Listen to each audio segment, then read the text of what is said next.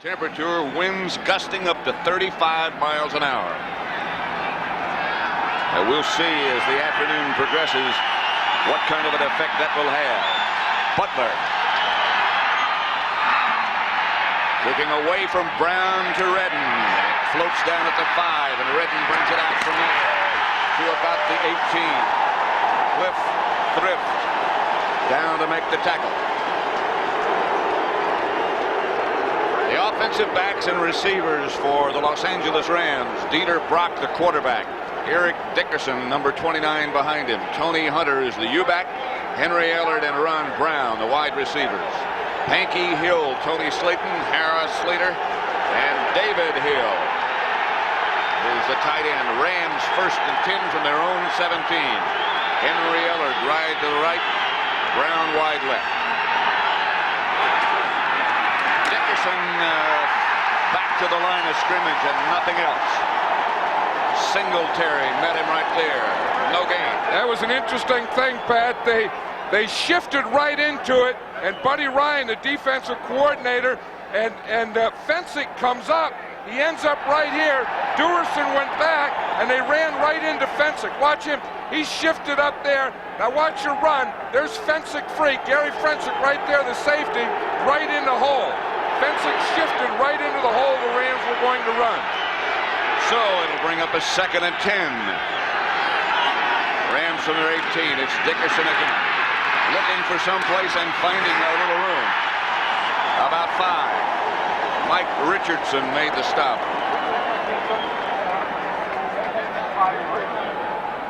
Let's see if we can see that shift again. They're doing the same thing. You see, this is Duerson back here. Fensick comes up here and he's playing a linebacker. This time they get a pulling guard up here and he knocks it back. They said, I got a safety playing linebacker. Watch this. Watch Ken Hill when he comes around here. Watch the contact. Oh, right there was a right tackle, Jackie Slater. Tyrone Keys has replaced William Perry. And Dickerson is hit behind the line of scrimmage by Steve McMichael, and the Rams will have to punt.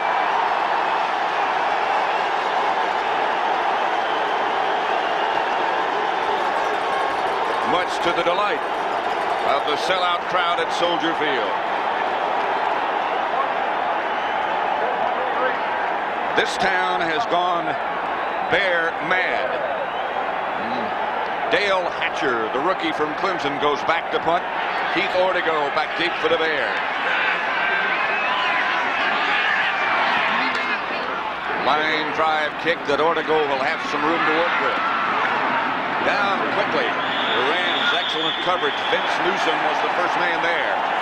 34-yard punt, 1-yard return. The Bear offensive setup has McMahon at quarterback. Peyton and Suey, Galt and McKinnon wide. Covert, Bortz, Jay Hilgenberg, Thayer, Van Horn, and Emery Moorhead starts at tight end. Bears have the ball. They'll start 1st and 10, their own 44. They're going into the wind, but it's really hard to say in which direction it blows, because down on the field it really swirls around. McMahon on 1st down throws up the middle. Moorhead inside the Ram 40 to about the 37. Mel Owens tripped him up after a gain of 19. I think McMahon throws as well or better into the wind, Pat, than he does with the wind. I think he likes those type of things. 1st down pass, they expect to run. He gets back, he's looking out there to Galt, comes back off to Moorhead, right in the middle. He picks up the 1st down. All the way down to the Ram 41-yard line, 36-yard line make it. Willie Galt split wide to the right. McKinnon moves in motion. McMahon to work again. To Galt. To about the 16. Gary Green after a gain of 20. Hey, that's what they did last week. That's what they wanted to do again. Get the ball get it to Willie Galt early, and hope he catches it. Because if he gets a ball early and catches a ball early, then he has great confidence. Watch Reggie Doss, 71, come in here and hit McMahon after he throws the ball. Boy, that'll clear out those sinuses. In a hurry. John Robinson, the Ram head coach. First down Bears from the Rams 17. 2 straight passes. Draw play, Peyton fumble.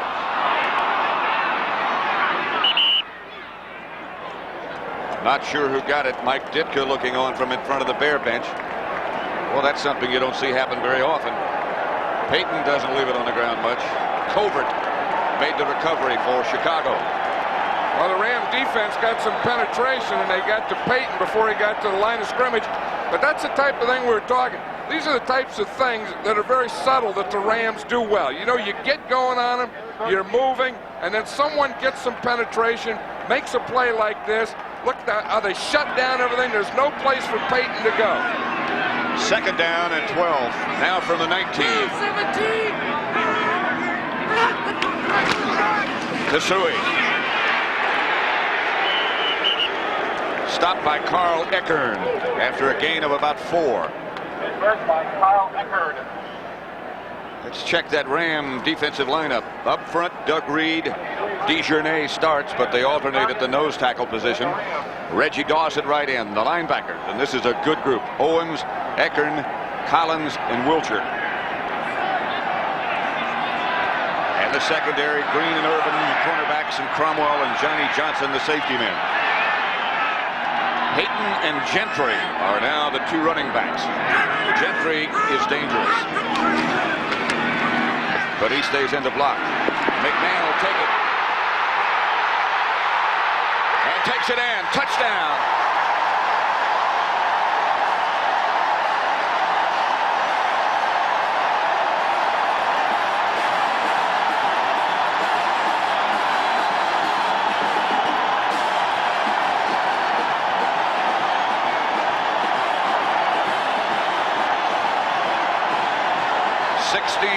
Touchdown scramble by Jim McMahon. One of the things that the Rams feared most of all. They were hoping to be able to shut him down. They had somebody assigned to mirror him, as they said. But the mirror broke. Butler for the extra point with Fuller holding. And it's 7-0 Bears. Now, one thing you can't do with Jim McMahon as a quarterback, and the Rams just found it out, you can't give him a lane to run in. He looks downfield for his receivers, and the next thing he looks for is a lane. Now watch Collins here. In his blitz, he is going to come, and he gives a lane for McMahon. McMahon sees it and runs right up there. Watch Collins, number 50, as he blitzes. You see he goes inside. Now watch, the end goes outside. Now right there, see that big lane? That's all McMahon needs. He sees that lane, then boom, right there, right to the outside and in the end zone. The Rams were conscious of this. They said, we're going to have a guy spying or dogging McMahon all day. At one of the first early plays, they didn't have anyone there. That's McMahon. You don't shake hands as easy. You know, anyone can shake hands. You have to go up there and put some scars on that helmet. Some go dents. paint to paint, paint to paint. He still has that headband on, I see this week. But it has a different name on it. You know, last week they told him he couldn't do it, so he did it. And then, of course, the Bears have been fined for it. And this week he put it on, but he changed the name on it. I didn't know he had a sporting goods company, did you? No, but I think that's the answer. I think they got a letter from Commissioner Pete Rozelle, and I think that's McMahon's letter back to him. Butler's kick will be handled maybe by Redden, and now he lets it bounce out of bounds, and they'll have to do it again.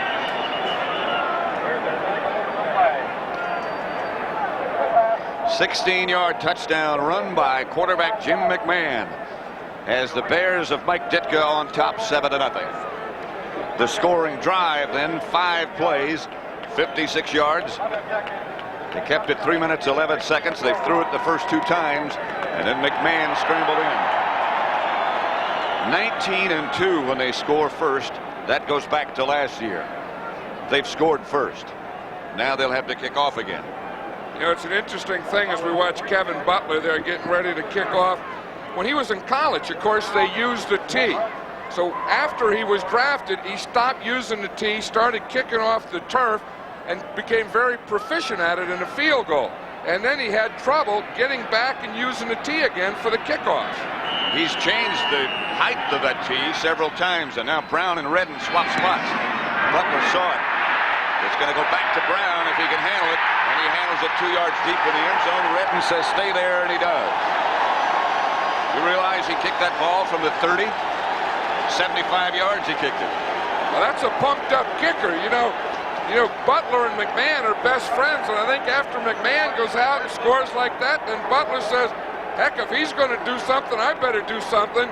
Then he kicks it out of bounds, and he goes, wow, now I really have to do something. So if we're going to remain friends. Yeah, he put the old backside to that. As they say, he got all of it. First down, Rams, their own 20. Dickerson moves into the back of the eye. Dieter Brock goes outside, intended for Duckworth behind him. The Bear defense has become very well known, but just in case you don't know them, Hampton, McMichael, Perry, and Dent start up front. The linebackers, and this also is a very good group, Wilson, Singletary in the middle, and Wilbur Marshall. And the secondary, Richardson and Frazier to corners, and Durson and Finsick, the two safety men. Dickerson stands alone behind Dieter Brock. David Hill in motion. Back to Dickerson. Against the grain, and Dickerson gets back to the line of scrimmage and lunges for a yard perhaps. Mike Singletary on the stop. One of the interesting things the Rams and Dickerson were saying that we probably won't be successful early running, and they're becoming very prophetic because they're not successful early running, but they think if they just keep it going, keep going at him, keep popping away, that they'll wear down this defense. I don't know about that. I don't either. Dickerson, as you saw, was very successful last week. Third down. Dewerson showing blitz. They pick it up. Brock throws for Henry Ellard and throws it low. And again, we'll see Dale Hatcher to punt.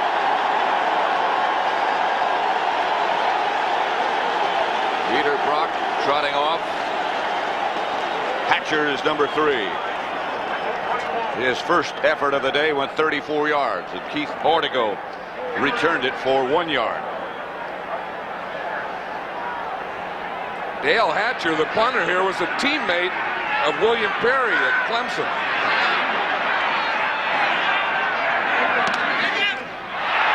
That one, it will be handled by Durson right at midfield, and again the Bears will have a good shot at it. Again, it's very difficult to tell which way the wind is blowing. That would look like it hung up there a long time. Looking down at Soldier Field, of course it's sold out. But what you can't believe, I'm sure, is the temperature right by the shore of Lake Michigan is 38 degrees. It's supposed to go down as the afternoon goes by. But right now, other than the wind, it's almost unbelievable. 7-0 Bears.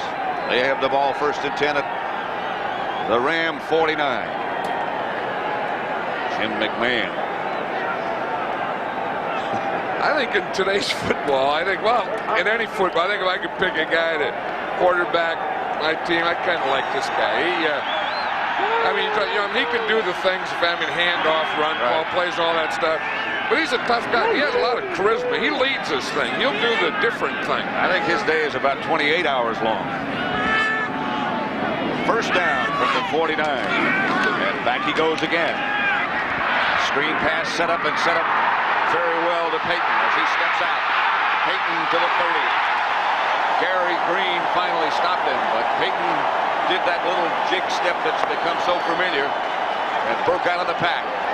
And I'll tell you who made the block. Jay Hilgenberg, the center, gets out there. Watch 63. He's going to block. Now run right down the line. And he's going to see someone reads it. I got to pick him off. Now watch 63. Boom! Picks him off right there. Now that frees Payton. Now Payton can put that ball out there and do that step and do all that stuff. But Hilgenberg got out there and he goes whap, and he just scrapes Mel Owens right off him. Hilgenberg has had one terrific year. Hit it for the Pro Bowl, and deservedly so. To Whiteman from McMahon, the backup tight end, gets about 8. And tempers start to flare just a bit. Jim Collins was the first man to hit him. That's what they say. You see that those linemen. Hilgenberg goes back there, and they all shake hands. Boy, that's good. You were out there blocking, fighting and stuff, they say. Hilgenberg was saying the other day, so you know the great thing about being a football player is you don't have to take a shower to go to work. Watch Hilgenberg here. I mean, he's in Dijonais. I mean, he hits him, gets the helmet in there, get that hand up there, boom, the right hand, then the left hand, then both hands, then another one, then the right again, then the push. Plays over, get a little help, go get some more. Don't take a shower, don't comb your hair. You don't have to do that stuff to go to work when you play football. Free agent from Iowa. Long history of football players and good ones in that family. Here's Peyton. Peyton very close to a first down. In fact, I think he got it after a gain of 3. Owens and Eckern on the stop, 2 of the Ram linebackers. 6:33 left to play in the first quarter, and the Bears have thoroughly dominated. I tell you, they felt, I mean, everyone feels the day before, but they felt that it's very important to get ahead early on this team. Because if the Rams get ahead, then they can give you that big dose of Dickerson all day. But if you get ahead of them, then it doesn't mean as much. Galt is wide to the left. Suey sets up as the flanker behind Reitman to the right. McMahon goes quickly to Galt. And Galt in the grasp of Leroy Irvin. Still got 6. That was an audible there. They saw Leroy Irvin off, and they audibleized to Galt. Now, it's a quick pass. Now, watch 74, Jimbo Covert here. He has to cut Reggie Doss, the end man. See, cut him down so that gives McMahon the lane to throw that short, quick pass out to Galt. So you got to get that end man down. Then he can't get his hands up to knock the ball down. Get his hands down, get him down. That's the way to do it. Covert cut him right out of our picture. Second down, back to Peyton. Peyton behind the line of scrimmage by Mel Owens. A loss of a couple. Man's probably thinking I should have audibleized to another pass. You know, the offensive coaches call the plays for Jim McMahon, but he can audibleize. And usually his audibles are out of the run that they call into the pass that he wants to throw.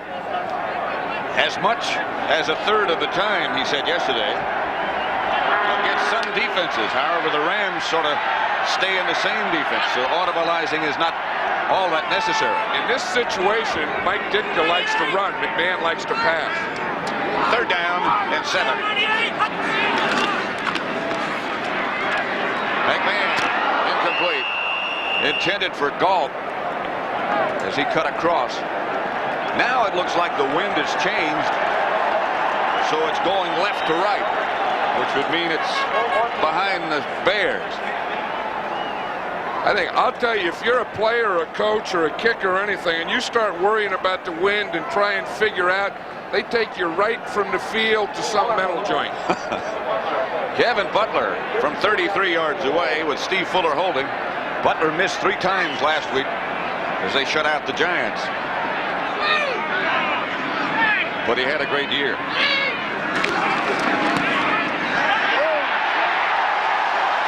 Back on track. And the Bear lead increases to 10-0 with 4:26 left to play in the first quarter. 10-0 Bears, 4:26 left first quarter. Butler will kick off to either Brown or Redden. Last time he kicked off, at the last second, they swapped sides. Obviously, Butler would like to kick it away from Brown, not intending to insult Redden. See if they switch again. That's what they're trying to do. The Bears are trying to do what they call spot kick. Kick to a spot, then have all their cover guys run down to that spot. This is not a very good kick. And it's going to be handled by Brown at the 19. Don't forget, he's got that great speed. But he only returns it about 5 yards, 6 yards before Morrissey and Thrift bring him down.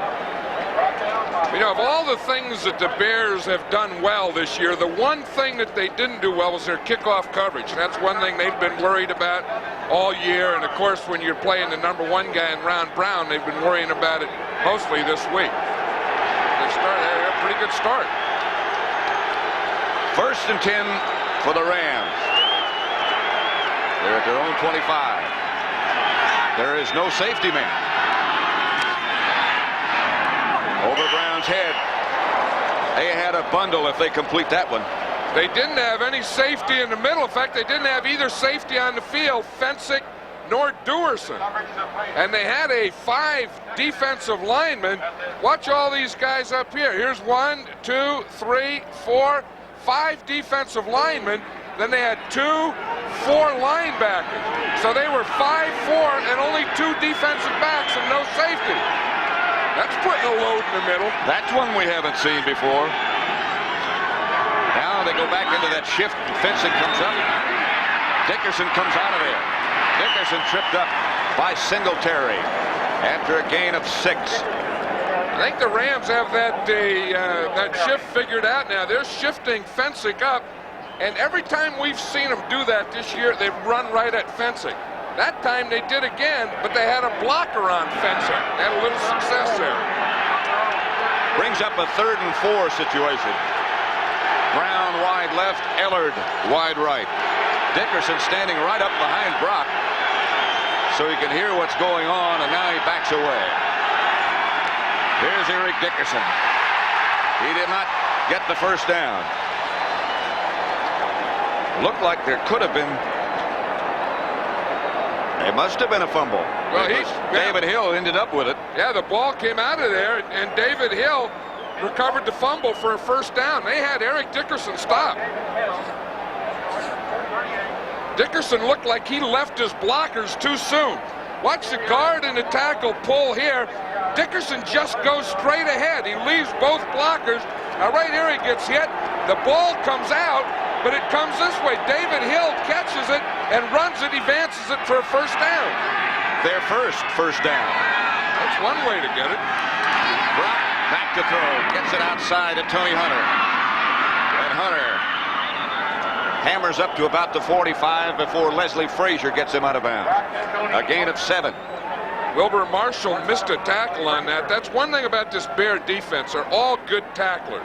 And you very seldom see a guy miss a tackle. First, I think Tony Hunter caused a little of that. You know, maybe gave him a little move there. Marshall was right there and had him, and then missed him. 2nd down and 3. Dickerson and Redden. A 2-back setup now for the Rams. It's Dickerson. He is hit by William Perry right at the line of scrimmage and lunges up close to another 1st down for the Rams.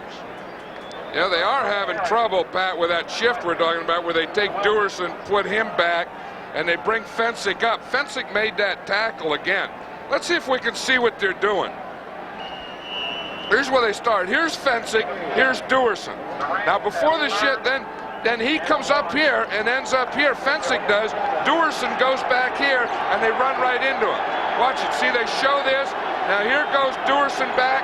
Here comes Fensick up, up, up, up. He ends up right there. You see, he's the guy that made the tackle. 3rd and about a foot. Duman is now in front of Dickerson. This is Hunter in motion. They give to Dickerson. I don't know. Singletary again. I don't think he got a 1st down there, Pat. I don't even think that's one you'd measure. I think that's one, if your defense, you celebrate.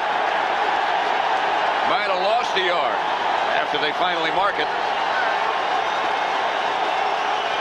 Singletary took as many hits after the play as he did the hit, but watch the hit on the play. He reads it. He takes Dickerson right in the hole. The first thing as a tackler you want to do is stop his momentum and straighten him up. Then after you get him straightened up, the next thing is you get him going backwards. Those two have met before in college and the other times they've played since they've been professionals. Dickerson from SMU, Singletary from Baylor. Hatcher's kick sails away from Portico. He lets it bounce out of bounds, and the Bears will take over at their own 19. 1 minute, 17 seconds left to play in the first quarter. 10-0, Bears over the Rams. Penalty marker down, and the conference goes on with Jim Tunney, the referee. It's against the Rams. Number 51 downfield illegally. Penalty is declined. First down.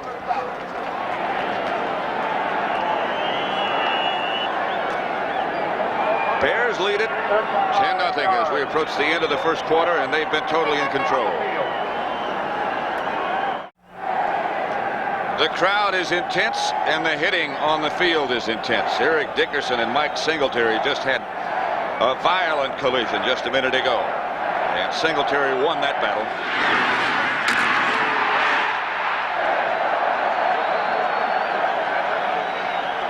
They said they were going to put a lot of hats on him, and they did. The big hat of Mike Singletary was the first one there. You wonder what excites a middle linebacker? I think we just saw it. First down, Bears from their own 19. They get to Peyton. Peyton struggles for about 3, maybe 4, maybe 5. Jim Collins is the Ram who made the tackle. Well, does that poor nose tackle take a lot of different blocks in that thing? Old Emery Moorhead came in and got him to center. Hilgenberg's working on DeJournay in there. And then the tight end comes in and traps him. And I always have about 2 or 3 guys kind of hanging on that nose tackle's jersey. That's why the Rams use 3. You know, they use 3 guys just to handle that one position. Second down, about 5. Buchanan in motion. It's Peyton again.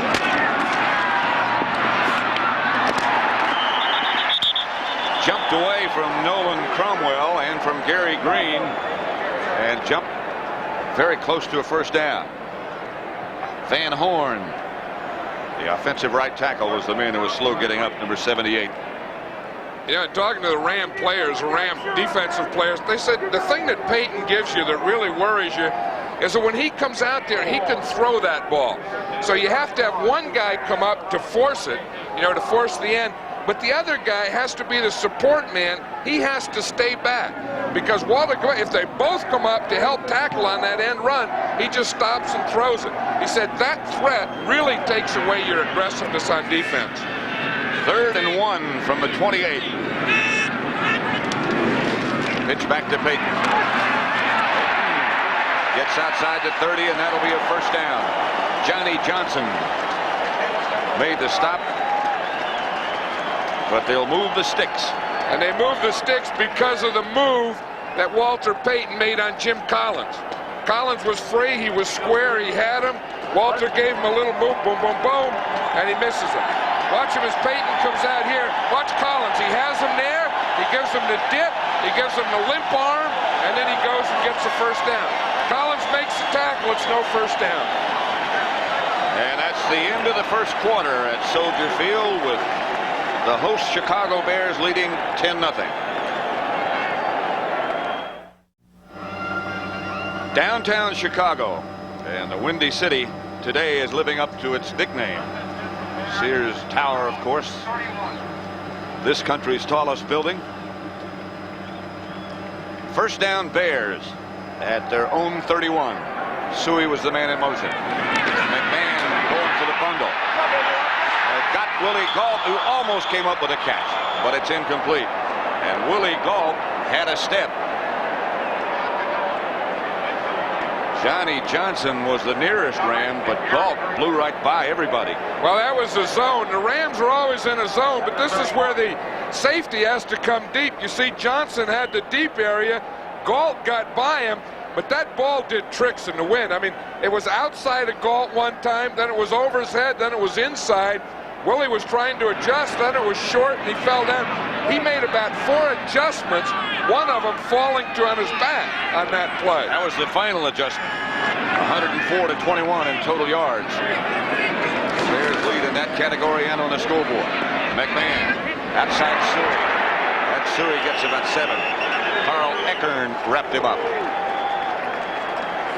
I think one of the things that long pass to Willie Galt did is it tells that Ram defense, we're going to go deep. We know you're playing zone, but you better keep your zone deep. You better get that guy back there. That's Mel Owens, the Ram linebacker, the outside linebacker, who's down.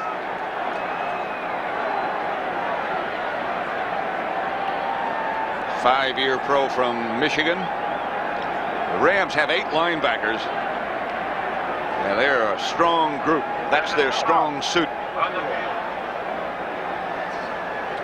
Let's go back and see if we can figure out what happened to Owens. Well, he made the tackle on this play. I think he ran into Suey right here and his own guy, Carl Eckern. See Eckern on top? Eckern was tackling, and as he was tackling Suey, he was spinning around, and that went right into Mel Owens. And Collins was on top of all of them. Still 10-0.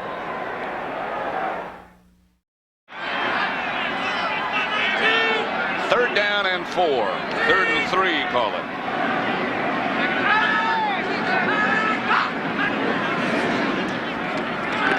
McMahon under pressure. Throws high, intended for Payton. They put the pressure on the quarterback. Jim Collins was the leader, along with DeJournay. Well, they had good pressure. The other thing they had was excellent coverage. That's what McMahon is still looking for, someone that was open. They had their nickel package in, their extra defensive back, the Rams did, but they had all the Bear receivers covered. Maury Buford back to punt for the Bears. Henry Ellard and Johnny Johnson back deep for the Rams. Ellard is dangerous. That's the guy Mike Ditka said he's the guy that we're most worried about on his whole Ram team is Henry Ellard. Buford end over end kick that'll bounce to Ellard. He is bounced by Hilgenberg, the man who did the snapping. He's down there in a hurry.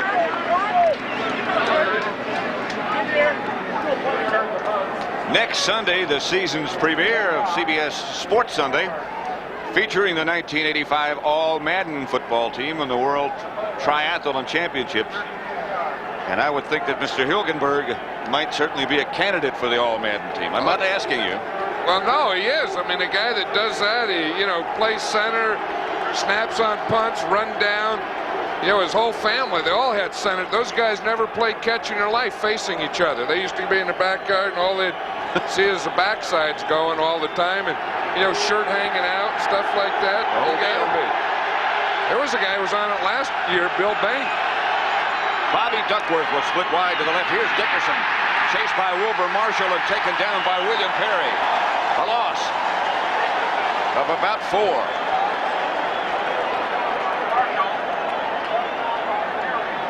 I'll tell you, Marshall got there, and right after Marshall, there was William Perry. Let's watch Marshall. He's coming from right here, but also watch the big refrigerator. He's going to come there, too. I was going to say, you see the fridge? He starts inside. There goes Marshall, starts in, works out. He gets him, now watch 72. He's finished him up. When they see him coming, they're looking for some plastic. He can move. Brock's pass over the head of Duckworth. He and Michael Young are now the wide receivers for the Rams. Dieter Brock was saying he's 1 out of 5. And when he played up in Canada, which he did for 11 years, particularly in the years at Winnipeg, he said the wind blew hard every day. Hey, so last year he played in the Grey Cup and it was 10 degrees. I don't think the weather's bothering him as much as this NFL defense or this Chicago Bear defense. The Bruce brothers. It's outside at 20 minutes. He's knocked out of bounds by Fensick. And again, the Rams will have to punt.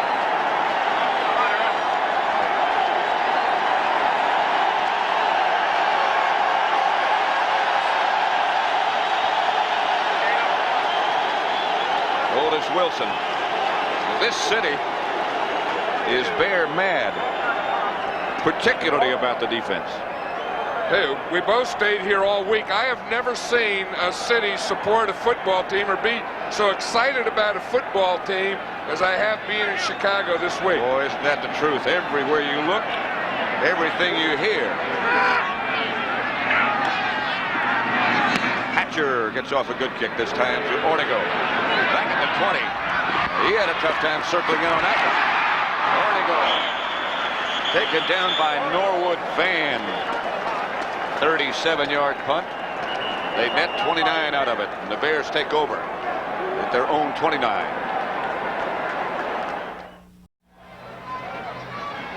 Let's watch what the wind is doing here. Here's the snap to the punter, Dale Hatcher. Watch how it just starts going out, out, out, out. He catches it outside. Then when he punts the ball, he punts it right here in the right hash mark, and it ended up outside the left hash mark. Ortego did well not to fumble it. Hatcher did well catching it. He did. Inside handoff to Calvin Thomas, and it didn't fool anybody. Reggie Doss. Jim Collins on the tackle. That's a type of play that really isn't going to fool this Ram defense, because they're a stay-at-home, read type of thing. Everyone just play their area. They started Walter Payton one way, then they came back underneath. But the Ram defense is a very disciplined group. Of course, then you say, well, then how come they gave McMahon the lane to run in for the touchdown? I don't know. That time they weren't. Their whole philosophy is very simple. Second down and about 11. McMahon back to throw. He's under pressure, and here he comes again. McMahon slides about a yard shy of the first down under Carl Eckern. Picked up 9. McMahon says he doesn't understand that rule. He says, what's the rule? He's telling the referee, Jim Tunn, he said, they told me that if I slide feet first, they don't hit you, you're down.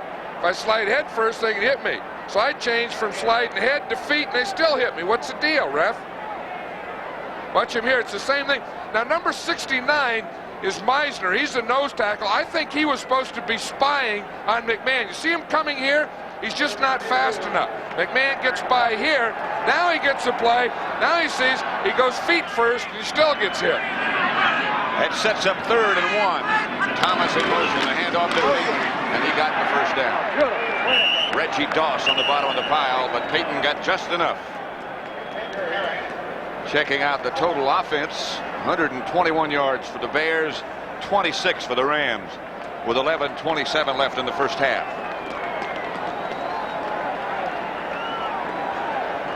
There's the fridge. I saw him out here earlier, and he was just in a T-shirt. You know, he's getting that weight down. And I've always noticed when a guy gets his weight down, he starts wearing a lot of T-shirts. You know, when you have your weight up there, you wear a lot of coats and stuff over you. You thought his weight was going down? I think his weight's going down. Yeah, I do. I think that 7 and a 2 is getting closer to the middle of his body now. Looked like a full package to me when we were down on the field before. He said one thing. He said, I'll tell you, the wind doesn't bother me. He said, I feel sorry for those receivers. Fridge can anchor himself in there, but he stays where he puts those feet. Take a pretty stout breeze to move him around. Here's McMahon.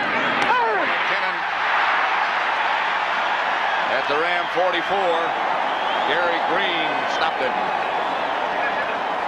I don't know if that's with or against the wind, because the wind is swirling down there, but that was a heck of a throw by Jim McMahon. Watch Dennis McKinnon. He's going to come up, then he's going to run it in here towards us flat now, but that ball was zipped right in there. He hit him right between the 8 and the 5. We were talking about the weather forecast yesterday with Dennis McKinnon. He said 40 degrees, man, that's going to be a breeze.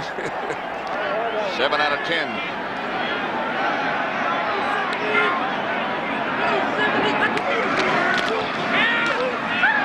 McMahon is down by Reggie Doss. First sack, and McMahon scrambles to his feet angrily.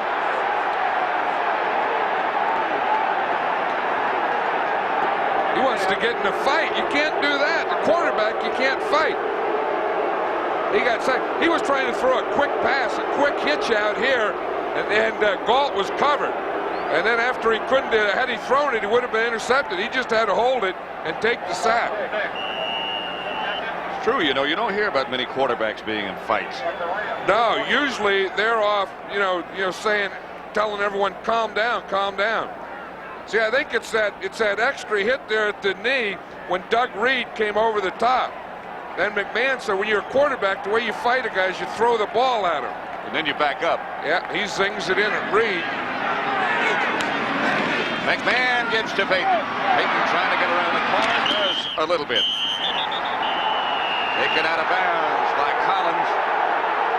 No flag. Well, you know, the fans are booing on that, Pat, but that's a tough one for Johnny Johnson. He's coming up. Now, when you get on that sideline, you have to unload on Peyton because you know he's going to unload on you. And that's what Johnson's saying. I just can't stand there and let him unload on me. Now watch Walter as he comes up there just before he goes out of bounds. Watch him how he switches the ball. Now he's going to unload with that right arm. So Johnson has to get his load ready to go load to load. And the fans boo when you do that. Tough to stop it. Well, you got to. If a guy's loading up on you, you got to load up on him or you go backwards. And you better bring a bigger load. Then you change occupations.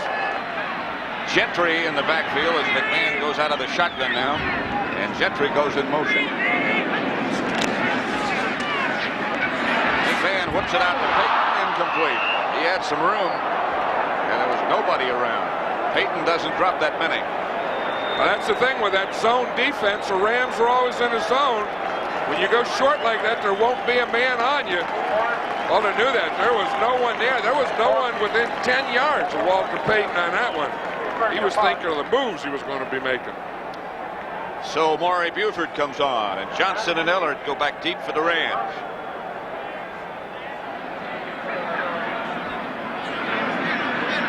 Buford's first effort was of 37 yards. Leroy Irvin. I said Ellard. It's Leroy Irvin back deep.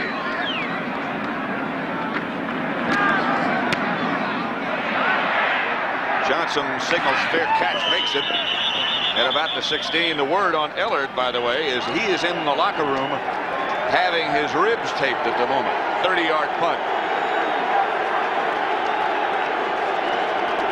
9:35 left to play in the first half at Soldier Field. The Bears lead 10-0. This was last week's most embarrassing moment. Sean Landetta, the punter for the Giants. Look at his hand underneath the ball. You know, and all punters watch and evaluate each other.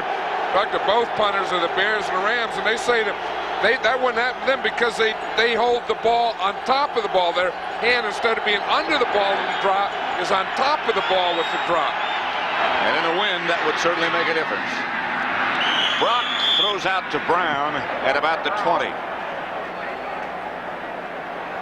A gain of 3, and that's all.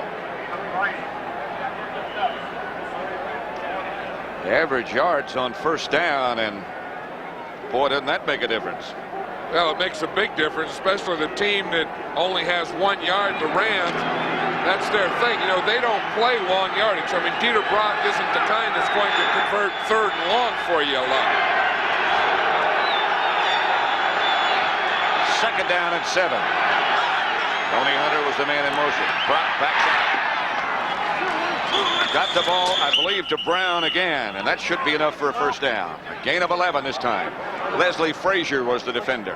I'll tell you one thing that, you know, in this first half of the game, the Rams offensive line is doing a better job at pass protection than the Giants did a week ago. I mean, Dieter Brock is getting rid of the ball quicker. He's taking a shorter drop, 3 or 5 step, quick release, and he's getting relatively good pass protection.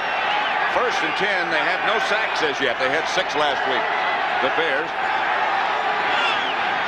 Ball at the 31. Dickerson cutting back, trying to find some place to go, and there's not much room there. Singletary and Marshall.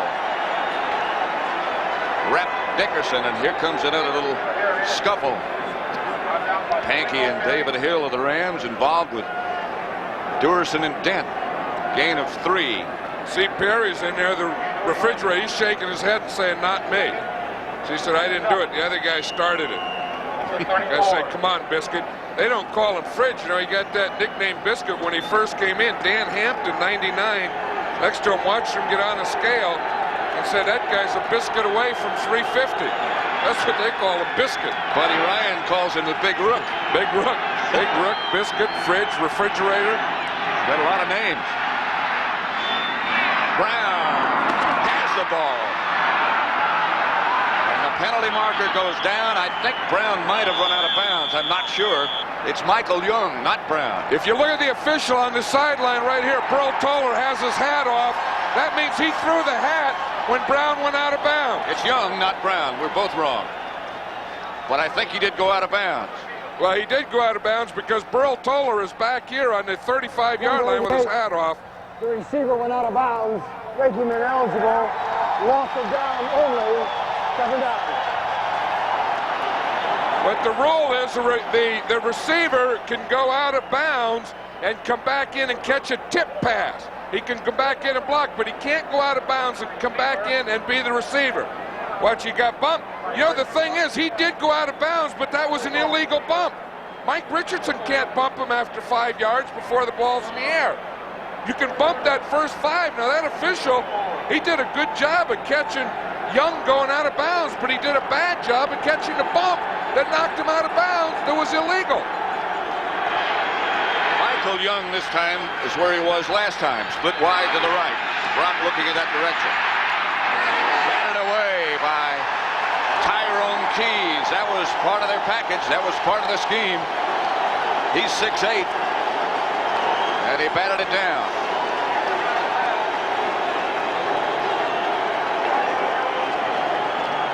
Buddy Ryan has a new wrinkle, and that is to put Tyrone Keys in on passing down. They have their 46. Buddy Ryan calls Keys too tall. So he said, we're going to put too tall in there because Dieter Brock is going to have a tough time throwing overs, and we want yet another tall guy in there. Brock is only 6 feet.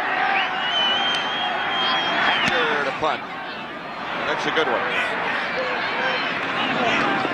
More to go. Sandwiched at the 25. Mark Giroux. I think there may be 2 penalties down there. The official threw a flag and a hat.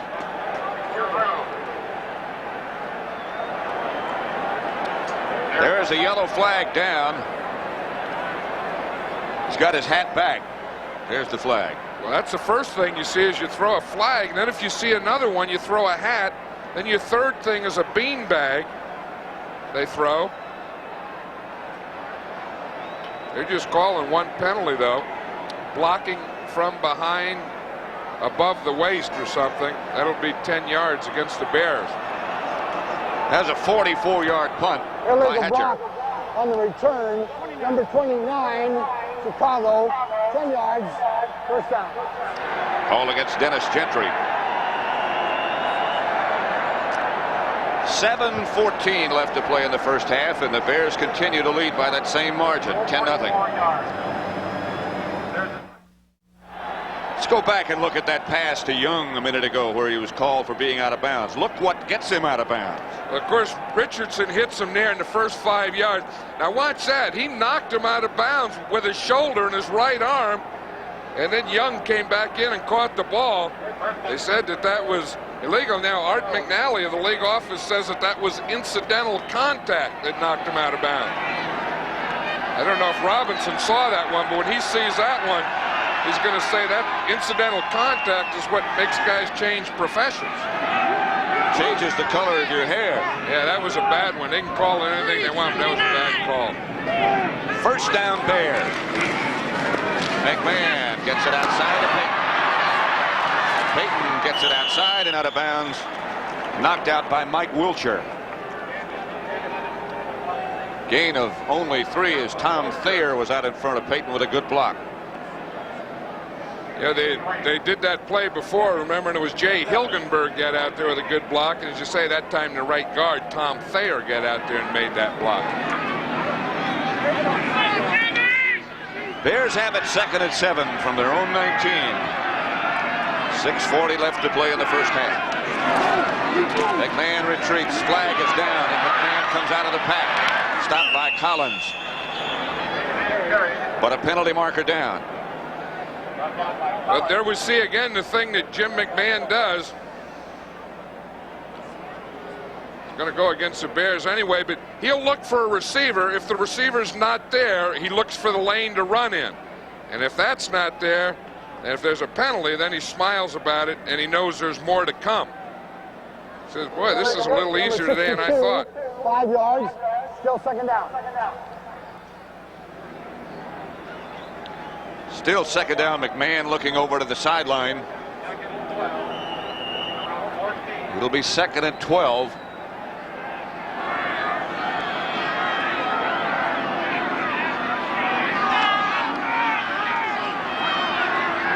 information has just come to us that the winds have diminished and are down to about 10 miles an hour now. 2nd and 12. Moorhead on the move. And somebody else moved. Now that'll be against the Rams, and Jim McMahon got that penalty. What he does is after he takes a penalty, Bob Greasy used to be the master at this. He uses a cadence to draw him off sides. Then the cadence... False start, number 78. It got his own guy. But McMahon was trying to get him. As he said, I always get him when I go, hut, hut, hut, and then hut, and it's on 4. Now watch him, he's going, hut, hut, hut. See, but the guy got his guy, Keith Van Horn, number 78, instead of the Ram defense. McMahon was trying to get them, and it got his own guy. I think you just got half of our audience, too. Oh, that's how he does it. You go hut, hut. Then on that third one, you really bellow it, and everyone jumps, including your guy. 2nd and 17. McMahon draw play. Calvin Thomas to about the 9. Gary Jeter on the tackle. A gain of only 1. Gary Jeter had a big game last week against the Dallas Cowboys. He had 3 sacks and played his best game as a Ram. He's not the starting right end. He's the kind of the designated pass rusher, and he's kind of rejuvenated his career this year. He really has. He was traded from the Giants, and then he had some injuries and surgery and thought his game was finished, and came back this year in a big way. That adds a little hunger. That's McKinnon on the move. And they chase McMahon back into the end zone. He tried to throw a middle screen to Dennis Gentry, but there was nothing there. And almost McMahon was not there. And almost the ball was coming towards McMahon. That's a dangerous area to try and throw away a pass. You know, right there in the middle. I think they knocked the screen man down. They had it covered well. They could have intercepted that one and taken it in the end zone. Leroy Irvin and Johnny Johnson back deep for the Rams, standing at about their 44, the Bear 44. Maury Buford coming out of his own end zone with this punt.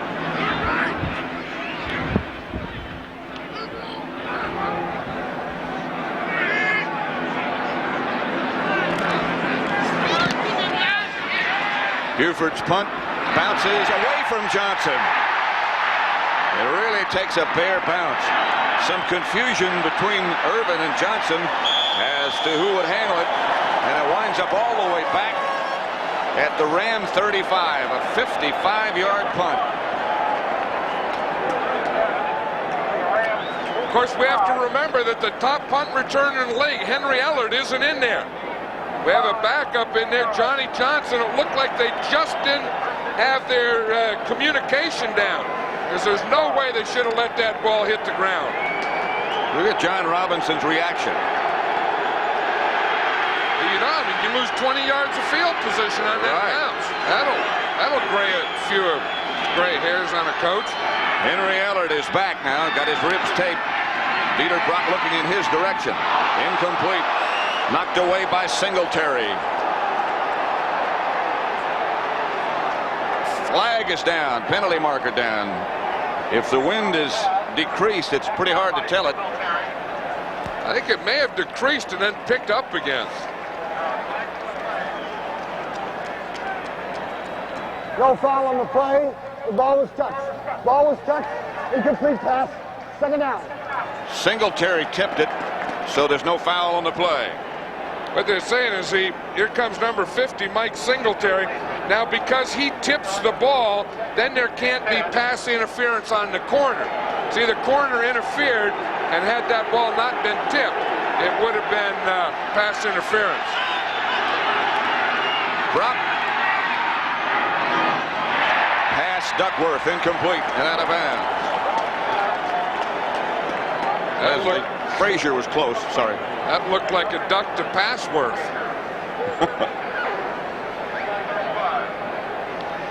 See the goalposts and the ribbons up top, but the posts themselves wiggling in the wind. Did you ever kick when the posts were moving? Well, the posts were wooden in those days. And they weren't as high either. They weren't as high, that's right. Now they're long long, old, tall pipes. Third down. Hunter on the move. And the give is to Dickerson. Dickerson around the corner. Dickerson first down Rams. Fensick finally stopped him. That's his longest run of the day. I think that's the thing that's going to be some encouragement to the Rams in this first half, is the fact that they can get out here. Now watch Wilson. He'll move out of the way with a motion. Then they bring the guard and the tackle out here to lead on this play. See, they get the motion. There goes Wilson. Now they got a weak or a soft corner over here. Wilbur Marshall is over here all by himself. David Hill takes him in. Now Kent Hill can get in front of Dickerson, and they can get enough to darn near get a first down. I thought he had a first down, but after they marked it, Dickerson thought he had a first down. He was really upset after they marked it back where they did. High hanging kick by Hatcher, and it takes a Ram bounce. Rams follow it down the sideline and down it inside the 10. Of course, you can say it's a mistake for the punt returners. You know, you have to catch that ball, but I think that's one of the things in this weather with this wind. That's a very difficult act. Rams down at about the bare 8-yard line. So it's 1st and 10 from there. As McKinnon comes wide left. Galt is wide right.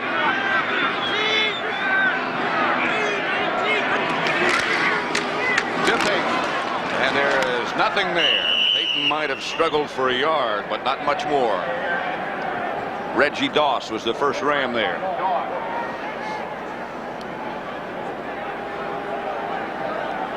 It's Mike Singletary, nicknamed Samurai. He's in there smiling about, well, we're doing some hitting out there today, aren't we, guys? But I tell you, this Ram defense is doing some hitting out there. I think that they'll be encouraged going into the halftime because they've started to settle down. You know, the Bears can't get much going on them now, and they broke Dickerson a little on that last run. They had that long pass to Young, and it was called back, and they're starting to get some things going in their subtle way. 2nd and 8. McMahon up to throw it. Throws it to Peyton.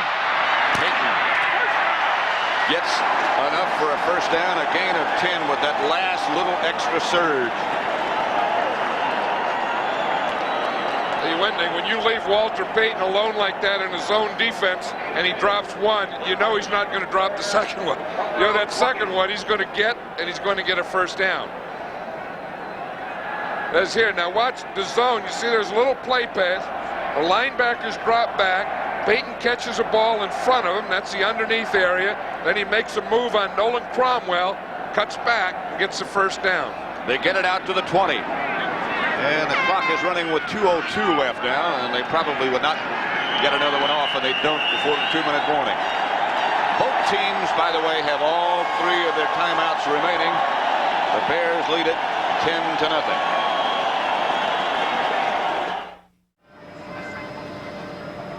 Looking down at Soldier Field. Earlier today, one of the people flying a helicopter up there where that camera is located was saying that the wind at that altitude was gusting up to 60 miles an hour. Amazing how steady they can stay under those conditions. 10-0. You have to be real steady to get in one of those things and go up there when it's 60 miles an hour. I don't think I'm going to catch you in one, am I?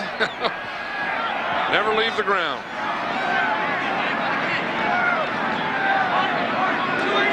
It's 1st and 10.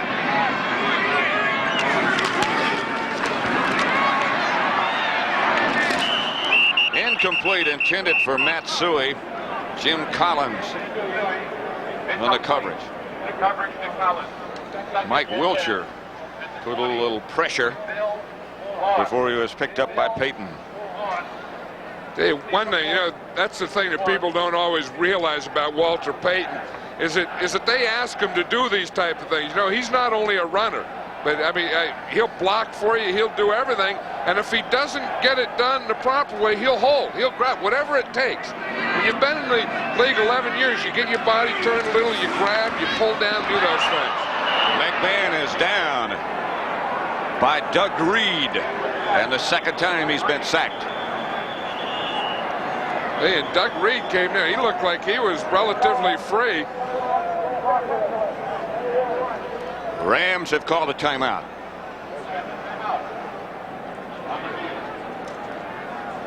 Doug Reed looking on. Just got the second sack of the day for the Rams. I remember a year ago, Doug Reed's a second-year guy, but a year ago when he came in from San Diego State, he was the big surprise in their training camp and so on. And he was also the guy that had to replace the legendary Jack Youngblood. Now we see Doug Reed here. We get this linebacker's blitzing, and Reed is coming here. And Van Horn, the right tackle, isn't sure who he should take. He tries to go out. He finally goes with the linebacker. The tight end was supposed to block Doug Reed on that play. And he came down to cut him, and he missed him. Doug Reed got there. The Rams have taken the timeout, leaving them with 2. John Robinson, old friend of yours, close friend of yours, and what a nice man. Well, forever. You know, John Robinson and I grew up together. We were in grammar school and all that, and I know what he's telling those guys. He was telling them because I know the way he thinks. He's telling them, we got him now. He's telling, we got things going. We got him backed up. We got our running starting to go. We got a little passing on him.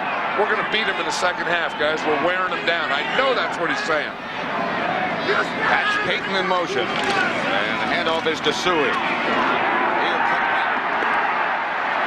Collins was looking at him. A gain of 9, but that just about gets back to the original line of scrimmage.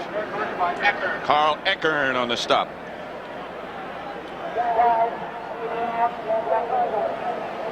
Rams take another timeout.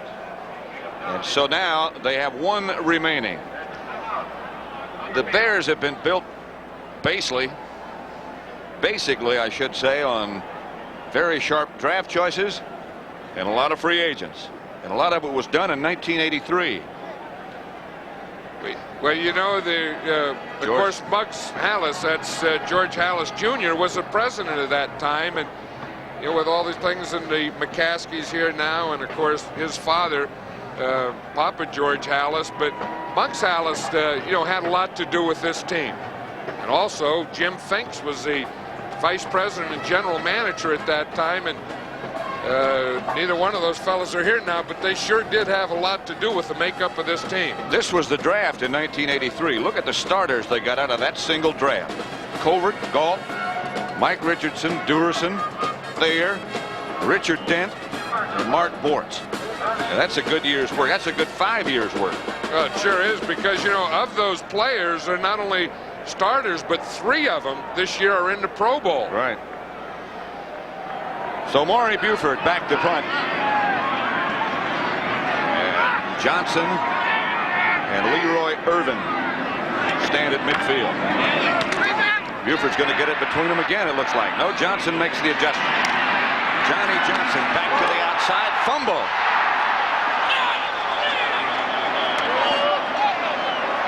Jerry Gray fell on it. And the Rams have had a couple of near disasters on the last 2 punt returns. I'll tell you, and again, I think we have to say that the #1 punt return in the league, Henry Ellard, isn't in there. This time Johnson here, he fields it. That's the good news. He starts to make a move to the outside. The ball gets hit. It's Jay Hilgenberg down there, the center and the snapper, knocked it out. The Rams were lucky to come up with that one. First down, Rams at their own 41. They have 1 timeout remaining. Brock high over the head of Henry Ellard. You know, we were out at practice here on Friday, and Ellard went off, and at that time he had a bad calf. His calf muscle tightened up, and he went off, and now they said they had to tape up his ribs. Now we see him back as a receiver, but he hasn't been there as a punt returner. And they miss him. Ron Brown split wide to the left, and Ellard is out to the right. Dickerson behind Brock, and they go with 2 tight ends, Bill and Hunter. And the Rams come after Brock. The Bears rather come after Brock, and almost got there. He stepped up and got rid of it.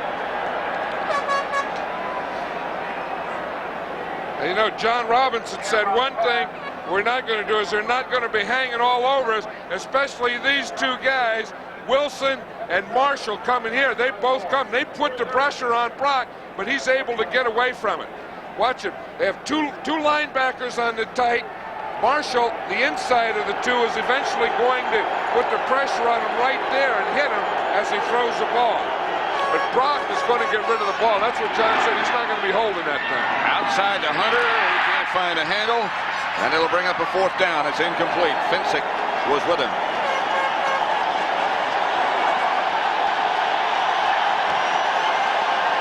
Listen to the applause for the Bear defense.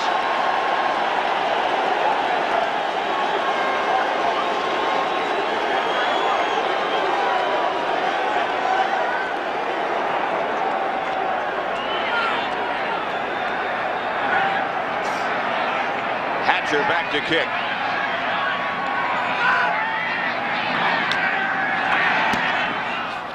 It's a Honey. Ortego lets it bounce in front of him. It hits a Bear. It hit a Bear, and the Rams recovered it. Rams have the ball.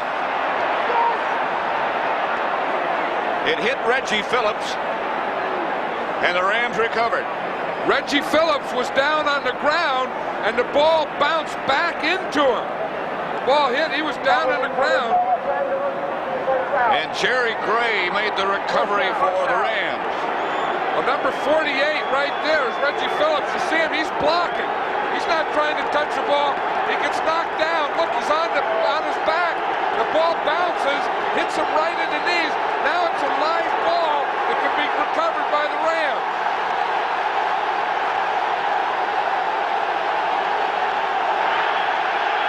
Much to the delight. The crowd is extremely loud. Hunter was the man in motion. The handoff is to Dickerson. He's down to about the 17. Finsick up to make the stop. The Rams have 1 timeout left. Clock running with 54 seconds left now. Dickerson got 4. Yeah.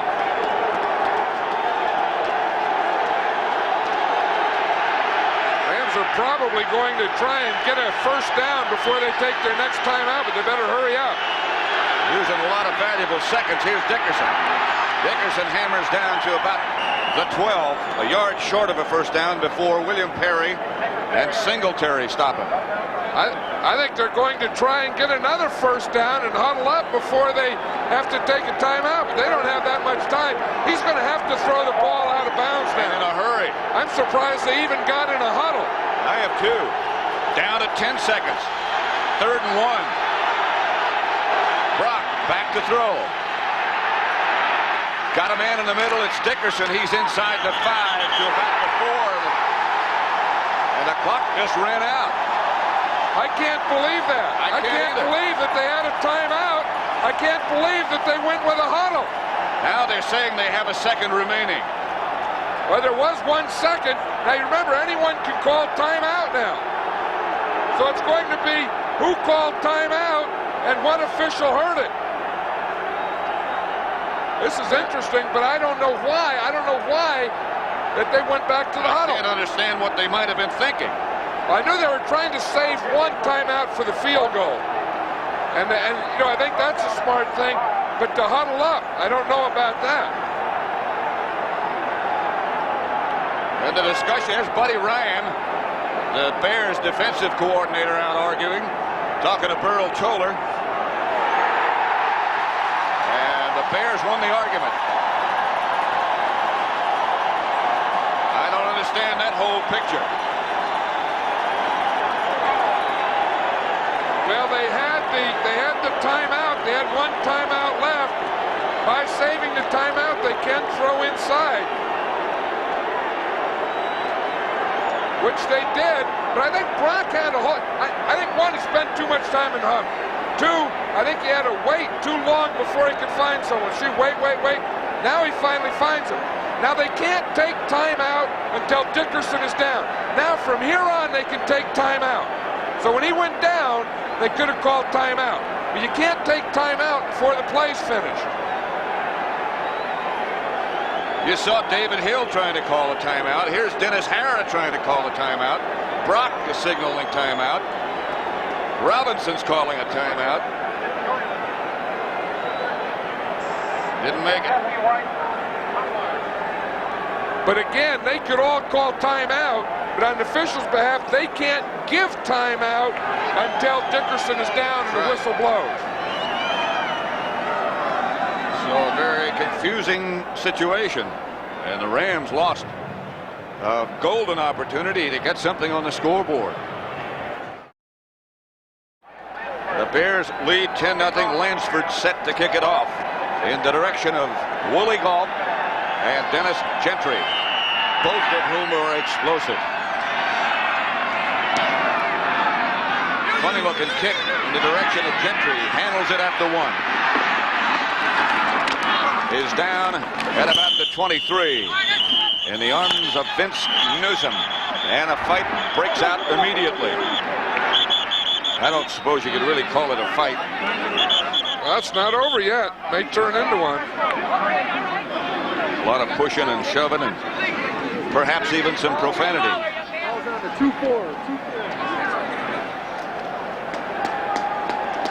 Calvin Thomas was the Bear involved, and Sean Miller was the Ram involved.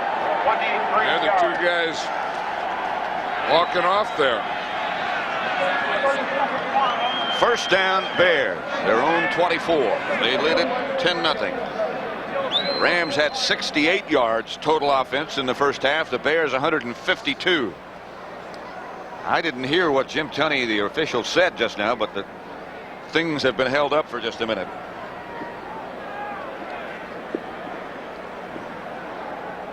Not sure the 30-second clock is working. And that is the problem. It is not working. Maybe it froze. Things, you know, the wind gets to it, the cold weather gets to it, things just go boom, and they have what they call power pops. The chill factor got to it. McMahon coming out throwing as he began the game. Complete to Moorhead, as he did to begin the game. Collins on the stop. A gain of 8.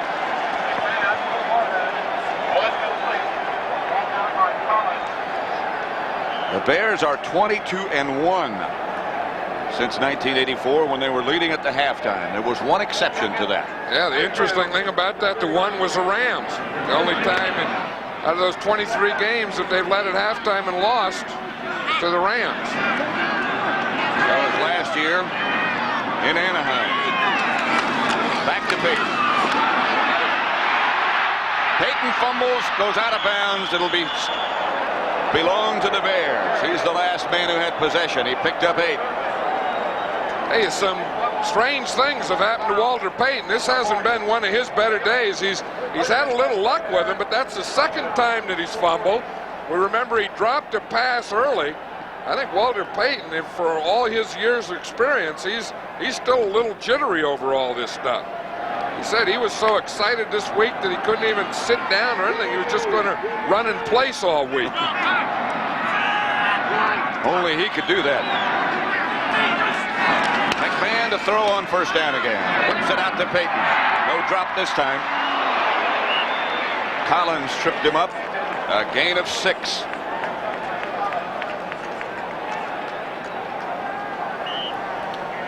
Bears took the opening kickoff, and McMahon scrambled in for a touchdown. Then they got a field goal by Butler, and since then, that Ram defense has put a clamp on them. That's what I think. I think at that point, the Rams kind of took over. I think they were a little unsettled. The Bears had things going early, and the Rams, about that point, after that second score, they kind of took and got the control back. Suey this time.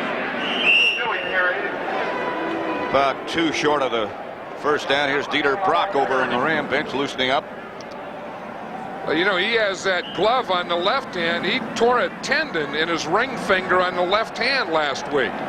Luckily, of course, he doesn't throw with that hand, nor does he take the ball. He puts, when he gets the snap from the center, his right hand is the top hand, and that takes the pressure of it. Ball was placed by the official, and then it was blown away.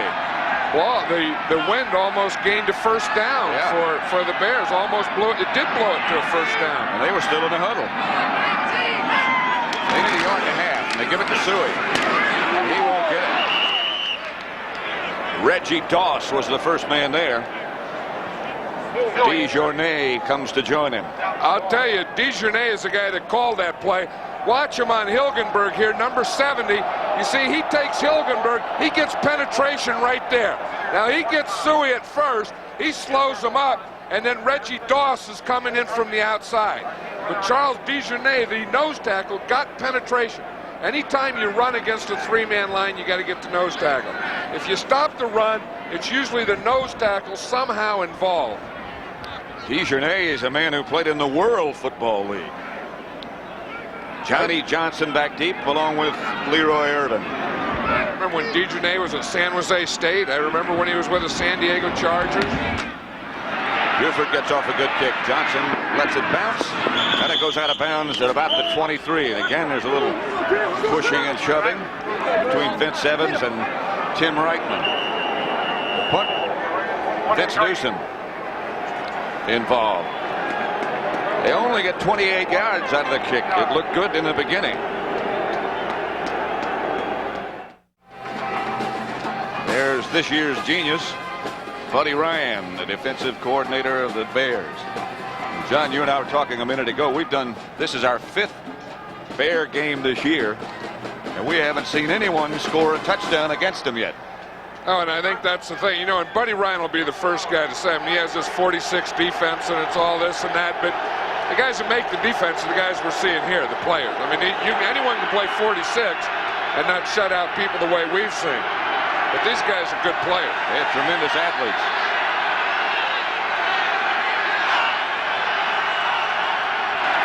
Brock retreats. Gives it to Dickerson. It's the same play that ended the first half. 6-yard gain. Dickerson, we were talking with him the other day. He said they don't even throw me the ball. They don't have any patterns. He said for this game, he doesn't have any pass patterns. He was probably just like a fourth dairy guy. You know, that was faking or supposed to be around there. I think he caught that with one hand, though, didn't he? Yeah. Probably that scuba sleeve he has on. Got it. Second and 4. To the scuba sleeve, I think. They've kept him under control, however. Dickerson got a good block. It's for Ellard. And it's out of bounds. Dickerson got a good pickup. I'll tell you, it was against Richard Dent, too. You know, he wasn't blocking a defensive back or a linebacker. Watch 95. There's Richard Dent. He's coming. Then he sees Dickerson. Dickerson, I have to take that guy. Oh, well, I'll tell you, he stayed in there. He squared, bent the knees a little, threw the right elbow at the end. Hung with him pretty good, didn't he? He hung in there good. I'll tell you, that had to be a shock to Dickerson. You look, you know, you bend over, square up, knees bent, eyes up, open. Here comes Dent. Whoop! They need 4 for a first down. Dickerson and Redden in the backfield. Ellard in motion. Brock. Incomplete. And now here comes the flag. Richardson grabbed Ellard before the ball got there. And that's going to be against the Bears. That'll give the Rams the ball right there. They're at the 48-yard line. Watch him right here. We see Mike Richardson. He's grabbing it. He gets his shoulder. He gets that right and left hand on Henry Ellard before the ball gets there. That was right out in front. Everyone saw that one. That's the Ram first down at the 48. Excuse me, John. You know what? Mike Richardson's nickname is L.A. L.A. because he's from Southern California. So L.A.'s playing L.A. Redden and Dickerson. This is Eric Dickerson. He breaks 1 or 2 tackles. Ball's on the ground. And Richardson, who was just called, gets the fumble recovery. That's the second one for Dickerson. I think on that play, Otis Wilson, number 55, stripped Dickerson, Buddy Ryan, the defense coordinator, said we're going to get 3 fumbles. Watch 55 here. Takes on the guard, Kent Hill. Then he works back. Now watch him come back and watch that right hand go in and knock that ball out. He grabbed that right hand, pulled it into the elbow, and that knocked the ball out of Dickerson. In fact, Otis Wilson told us that he was going to get 3 fumbles. He said Dickerson will fumble 3 times tomorrow. McMahon back to throw. Fires outside to Payton. Payton gets away from one and then steps out of bounds. It was Wilcher. Here's Otis Wilson. He's still celebrating. He said he could tell the guy, I took on the guy. Kent Hill came, he blocked me. I took on him. Dickerson got in. It was that gap play. Worked back in and grabbed his arm. Now look at that turnover ratio. Plus 23 in their 12 wins. Minus 8 in their 5 losses. You could do that to just about any team. McMahon back to throw again. And now almost flushed out of the pocket. Had to throw it away. Under heavy pressure again from the Ram rush. Intended for Reitman. Coverage to Owen. Hey, one thing about this Ram defense is they're always playing a zone. They always have their underneath guys in the right spots, their deep guys in the right spots. And if you're going to hit them, you have to be right in those lanes and areas. You're not going to have guys running wide open against this Ram defense.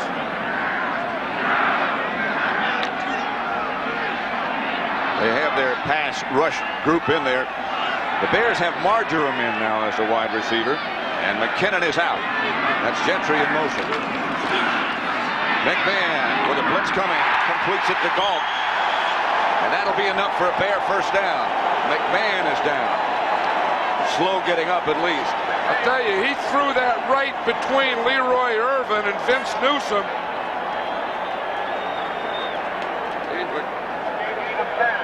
McMahon still has bad knees, and every time he goes down, I'm sure that everyone's thinking about that. I mean, he's had shoulder injuries and kidney injuries and everything, but he still has bad knees. But watch this zip. 2 defenders. There's Irvin, there's Newsom, and he hit that ball zoom right between those 2 guys. And look what Collins does to him after he throws the ball. Boy, that jiggled that whole body. I mean, that put that spine in a different area. It's one you'll remember. He gives it back to Payton. Payton's going to be trapped for a loss and out of bounds. Leroy Irvin. The Ram defense was right there. A loss of 4. That's the thing with a defense or a defensive coach. When you have a guy doubled and you have him inside out and the quarterback still gets that ball in there, you wonder, what do you have to do? Clock is stopped with 9:32 left to play in the 3rd quarter. By the way, the 30-second clock now is operating. It's been fixed. There she goes. Marjoram split wide to the right.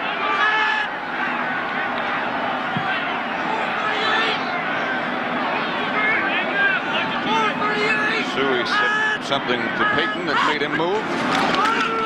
The pitch is back to Suey, and he does not very much. There wasn't much there. Vince Newsom. And the pushing and shoving continues. Just about every play we're getting something going here now. There's Dennis McKinnon going in. It looks like, he's had some knee problems all year, and he only practices 1 or 2 days a week and comes out and plays in the game. But I'll tell you, he's the tough guy of this team. He's the guy that catches all the inside passes. He's the guy that does the blocking for the sweeps. He does things that you don't see wide receivers doing much anymore. And he enjoys doing it. 3rd and 13. And his coach, Mike Ditka, enjoys talking about it. Marjoram in motion. Handoff. Up the middle is Suey. Gentry, I beg your pardon. Suey was out. There was Gentry who picked up the 8 yards. This might be close enough for Butler. What they're trying to do is make them think pass and then pop that trap in there to Gentry. This is a big decision now for Mike Ditka. It's 4th down, Do you go for the field goal? It would be a 52-yard field goal. Do you punt or do you go for it on 4th down? They're going for it on 4th down. 4th and 6. See what John Robinson is yelling to his defense. Watch out for him with that cadence to try and draw you off sides. McMahon says, I don't think we fooled him. We better take time out and talk this one over because we're 4th and 6, and that 30-second clock was down to 3. On the field. So, 7:55 remain in the 3rd quarter.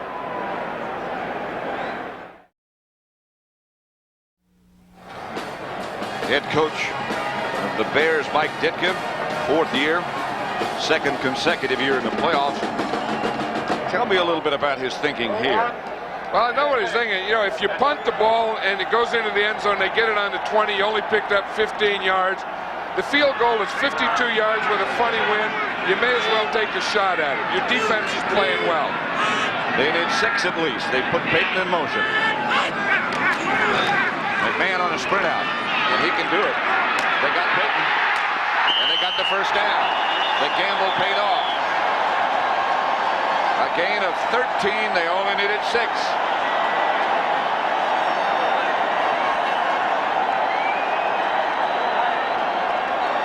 Hey, that's not a bad combination, though. Letting your quarterback take the ball, let him sprint out here, have blockers out in front of him. Now he can run or he can find someone open. Who does he find open but Walter Payton, who knew exactly where the 1st down marker was, got up beyond it, so when McMahon did see him and hit him, he had the 1st down. 1st and 10, Bears from the Ram 22. 7:47 left in the 3rd quarter. Here's Peyton. Hit behind the line of scrimmage by Reggie Doss and Mike Wilcher for a loss. Here's Kevin Butler, rookie from Georgia, loosening up. He's wearing Fensick's jacket. Fensick's probably looking around. Where's my jacket? The kicker got your jacket. You know, Reggie Doss has done a good job today on that run. He sure has. The Ram defense has done a good job. Really have. They've been very, very solid. They need a big play or a break from their offense.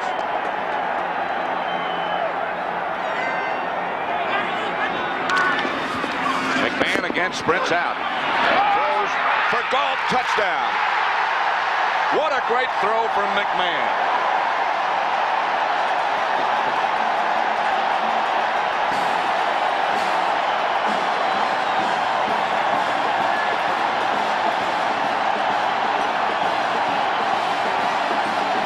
Touchdown pass of 22 yards. What a throw from Jim McMahon.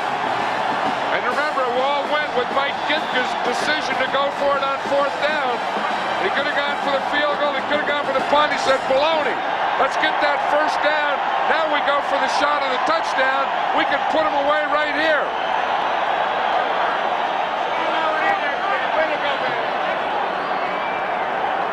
Fuller holding. Butler for the extra point.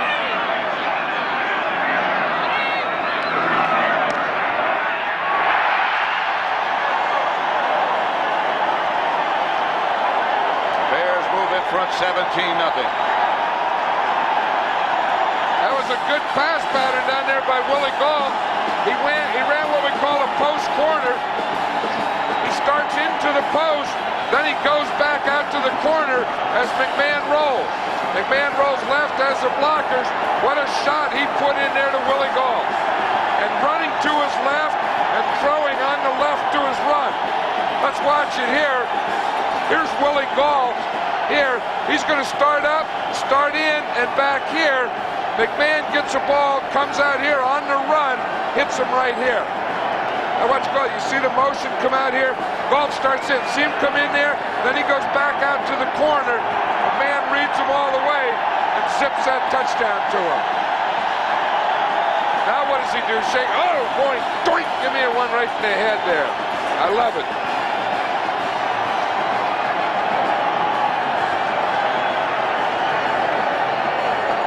Who says you can't celebrate?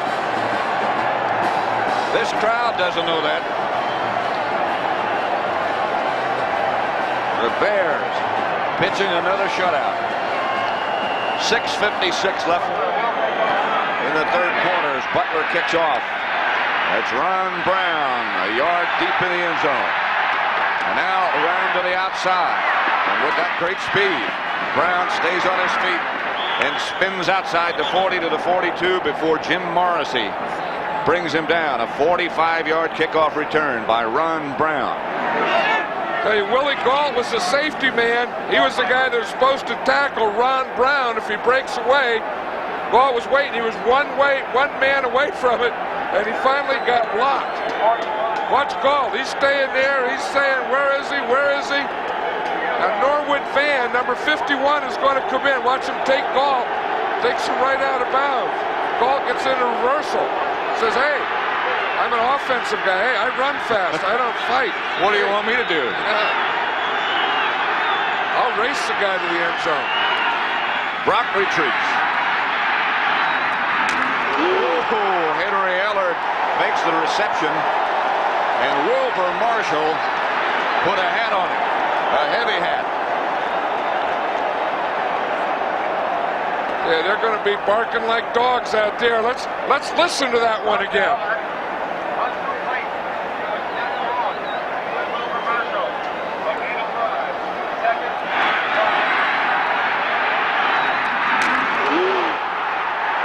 That hurt up here. Brock gives to Dickerson. Dickerson whirls to the outside and picks up a first down at the Bear 45. Singletary after a gain of 6.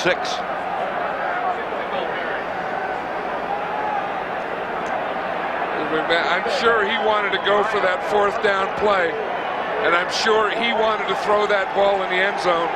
And I'm sure he wanted to wear that headband again this week.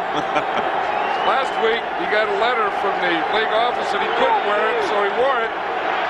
This week, they got another he couldn't do it, so he wore it again. He just changed what was on the front of it. Here's Dieter Brock with time. Pass is picked off by Leslie Frazier. Frazier with the interception. Intended for Ellard.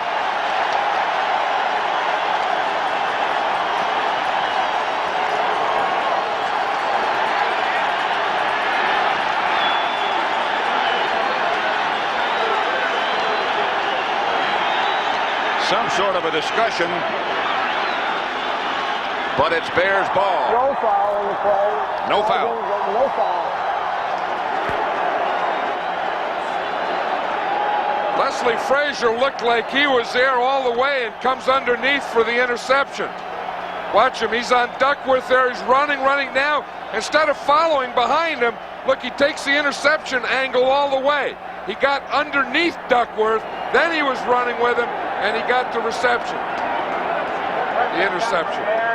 I'll tell you, there's a guy, I think he's one of the reasons for the success of this Bear defense. Well, you have to have good cornerbacks in order to be able to play that defense. Well, you leave them out there naked on an island by themselves, those two corners, and if they can't cover man-to-man, you can't play that defense. McKinnon is back, by the way. He had a bruised leg, but apparently it's okay. Here's Suey straight ahead. Collins on the stop after a gain of 6.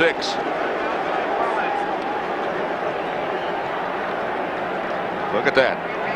Think they don't play tough in the second half? Well, you know, maybe they're the ones that wear you down. I know the Rams thought that they would be able to come in and run and wear this Bear defense down. Well, they got 2 today. Otis Wilson now, he's talking about New Orleans already. They got some work here to do before they go down there. 4:40 left in the third quarter. McMahon back to Peyton. And Peyton is stopped before he gets back to the line of scrimmage by Doug Reed. Refrigerator's ordering some more supplies. What he's doing, yeah, he's saying for the post game, look, when that game's over, I want a good supply in there. We got to refuel this thing. What would the refrigerator be talking about on the phone? I mean, usually they talk about coverages, adjustments. That's Steve McMichael talking to him now. Maybe they're talking about offense. If they get down there, they're going to put him in on the goal line package. Both of them? Both refrigerators, you mean? McMichael. No, not McMichael. It's third down. McMahon operates out of the spread. Chased by Jeter. Pass is incomplete. No flags, not yet. Emery Moorhead was the intended receiver. Vince Newsom was the Ram defender. I still say that this Ram team has played very good defense today, but they just can't get a play. They just can't get anything going. Because they've gotten the ball. The defense has gotten the ball back for the offense. They've done some things for them, and they just can't take advantage of it. But as you say, of all the games we've done, we've never seen a team score a touchdown against the Bears. So that's not easy. We saw the Jets get 2 field goals, but no one else. And no one's gotten in the end zone. Irvin Johnson back deep.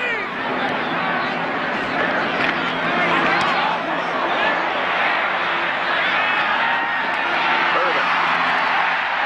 And there's your penalty marker. Gentry on the stop. That flag looked like it came right off the Bears bench or the sideline. Wilbur Marshall was running in with the flag. This Bear defense is so excited, can't wait to get out in the field. They're running in before the return's finished.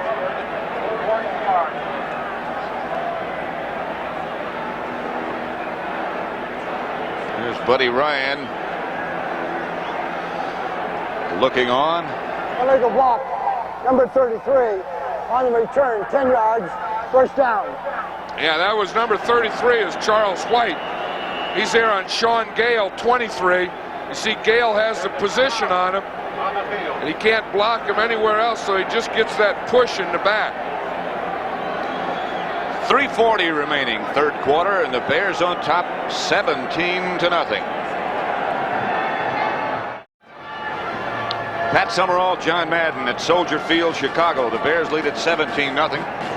Look what they've done in the second half this year here at home, 122-19. They've held Eric Dickerson to just 44 yards rushing in 15 carries. Brock back over the head of Tony Hunter. Well over the head. The refrigerator was close to Brock on that one. The Bears used a different defense there, Pat. They had all 3 of their linebackers right in the middle behind McMichael and Fridge. Maybe that's what they were telling Perry on the phone. They were saying, look, when you see all those guys behind you, don't worry, that's what we're doing. We've got a whole bunch of guys right behind you.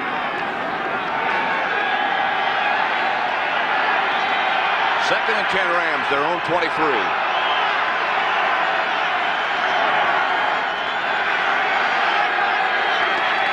Brock is back again. Richard Dent, Dan Hampton. Brock started a step up and came down in the arms of Dan Hampton. That's the Bears' first sack of the day. Yeah, Dan Hampton comes on a stunt. You'll see McMichael here work out. Here's Hampton right here. He crosses, comes in right here, works through a bunch of blockers in here, and then gets to him. Watch him, 99. McMichael's comes, see, loops around. Now he comes up. There's 1 blocker, 2 blockers, works right through him, throws Hera aside, and sacks Dieter Brock. He had to go through a lot of guys to get there. The hard work at sack. Brock out of the pocket. Finally throws it over the head of David Hill. And the Rams once again will have to punt.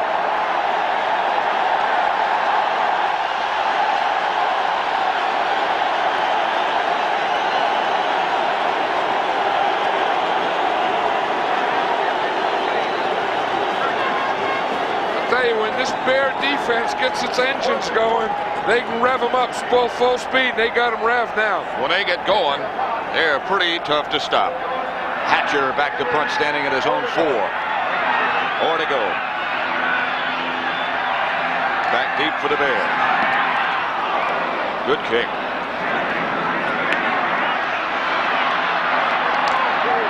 Ortego is hammered at about the 37-yard line by Norwood Van. 48-yard kick by Hatcher.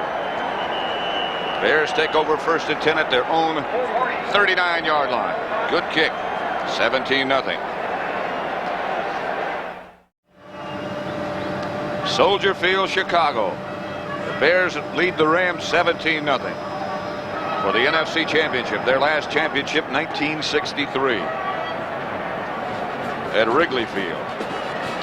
You know, when you talk to the Bears and their coaches, they all say it goes back to last year that this thing all started a year ago this time when they lost to the 49ers in San Francisco. They got so close they realized what it was all about, and that loss made this year. McMahon on a quick count. Coming out of the pocket. And scampers out of bounds. McMahon carried. Picked up 3 before he went out of bounds. Couldn't find anybody open. I think what he's doing is laughing at his own decisions. He made about 3 or 4 of them there. He was going to pass. Watch Mark Bortz come out and block Mike Wiltshire, number 54. Watch him see, he makes that block. He takes Wiltshire out of there. Now that opens a lane. Now McMahon says, I'm going to throw. Nope, I'll run. No, I'll throw. No, I'll throw. No, I'll run. No, I'll go out of bounds. He made about 4 or 5 decisions there. Calvin Thomas has replaced Suey. That's McKinnon, motion man. This is Peyton. Peyton stopped by Jim Collins after a pickup of about 3. Given 4. About 2 shy of the first down.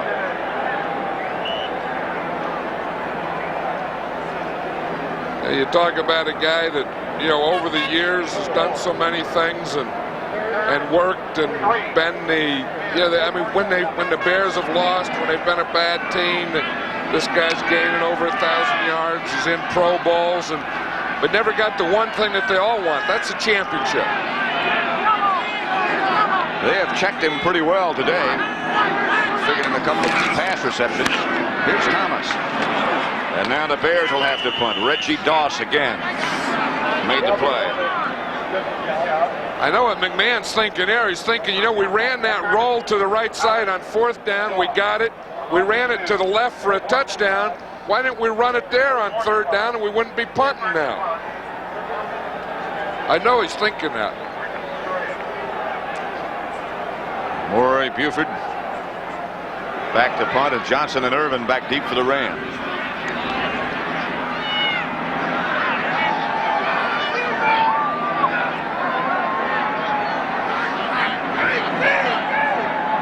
Buford from his 30. That one will stay up there a while. It looks like the wind is, well, it had some effect, but it winds up taking that bare bounce again. Inside the 20. Down by Cliff Thrift.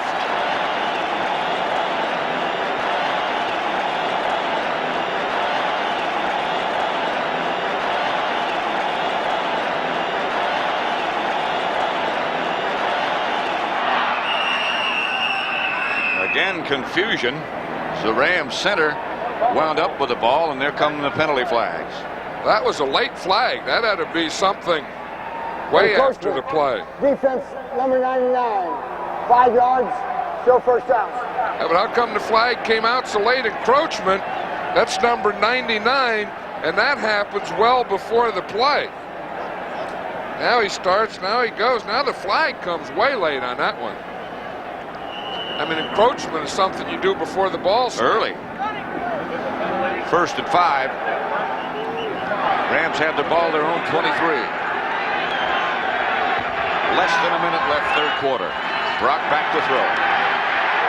Going deep for Duckworth. And Frazier almost picked it off. And Refrigerator almost buried Dieter Brock right here at Soldier Field. Well, I'll tell you, did he get him after he threw the ball? Oh, boy, that is a big load. Watch the Fridge here. He comes in here when Brock throws the ball. He puts him right on the curve. Now that had to be a big deal coming on. You watch him here, he throws it, there's a Refrigerator right there. Now just him landing at the end on you. I mean, that's, right. Yeah, that's like, you know, getting caught under a truck or something. Who knows how much he weighs. He admits to 308. Here's Barry Redden. First carry for him, and it doesn't get much as Dan Hampton makes the stop. That's the formation they use when they run their option play. And that was the option play there. That was going to be an option. That's why Redden carried it for the first time. It's set up. We'll see Redden come here with the ball. Now Dickerson is trailing here. Redden's going to try an option right on this guy. If he comes, then he'd pitch. If not, he's going to run it. The end guy here is Otis Wilson. Now watch him. See the guard pulls. He takes a hand off. Otis Wilson comes right now. Dickerson was behind him. He didn't even have a chance to try and run the option. See Dickerson coming into it. That's the end of the third quarter. No flag. That's just the end of the third quarter with the score. The Bears 17, the Rams nothing. Ram ball their own 25. 3rd and 3.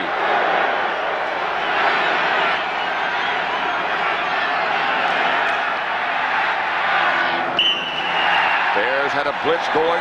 Pass was intended for Ellard. Brock had no chance to set up. Marshall was coming. William Perry was close. I'll tell you, he was close. You know, a lot of people think the offensive people say, well, you know, Perry really isn't a good defensive player. He is a good defensive player. He's big. He handles that middle. And as Mike Ditka says, you watch a lot of things happen around him. And they do. He's always getting penetration. Hatcher standing back at his own 10. Keith Ortego back at the Bear 40.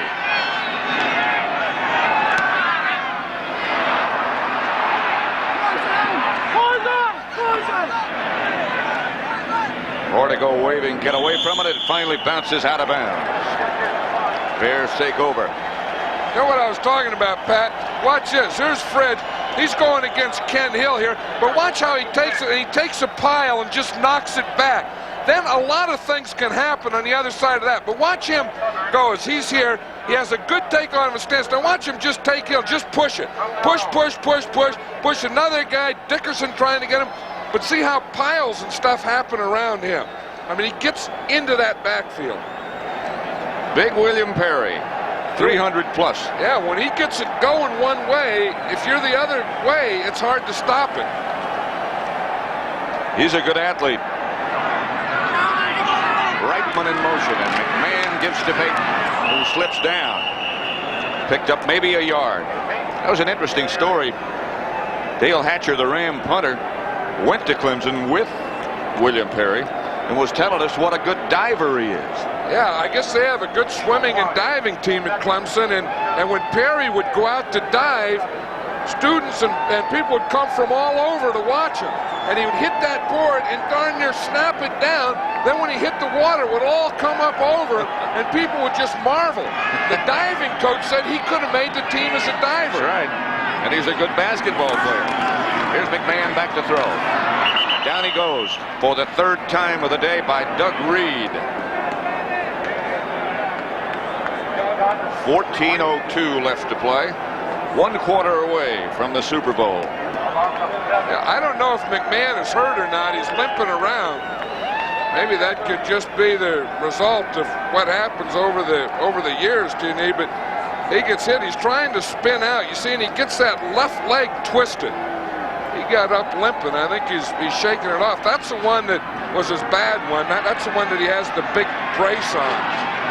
Neither one of them, neither knee is really 100% though. But the left one's his real bad one. He calls that his bionic knee. Back to throw again. And now he got the screen pass out to Payton. Payton has not much room to roam. Eckern out there along with Leroy Irvin to make the stop. McMahon upset with himself, or perhaps didn't like that selection of plays. I'll guarantee you that's what it was. He didn't like that play call. And he said, what the heck are we calling that for on 3rd and long? Yeah, you know, he and Mike Ditka went for, remember that period of time? Yeah. They went for 1 month and didn't talk to each other. Not a word was exchanged between the two. I'll bet you right now that he's not. See, he goes and talks to guys like linemen, gets close to the heater, talks to Richard Dent, defensive guys. Line drive kick. Goes out of bounds, and the Rams will take over. But again, they have a long way to go. They'll start from their own 29-yard line. A 47-yard punt by Buford. Ditka says he thinks half of the things that McMahon does are just to aggravate him. 17-0 they lead. That's a friend of yours, John. There's Bill Murray. I remember when that hat that he's wearing, I have no idea where he got it, but I think that's an old football helmet. That's the way they used to wear it. Remember, they were like leather helmets, and then they would roll them up and put them in their back pockets when they weren't playing. Bill Murray would wear that. He's down there coaching. He's probably taking credit for that call, that touchdown call, that roll left post corner. Well, to be flying an airplane with two wings. Here's Dickerson. There's nothing there for him. He only got a couple of yards. Singletary again, the first man there. He got 3. Fencing with an assist.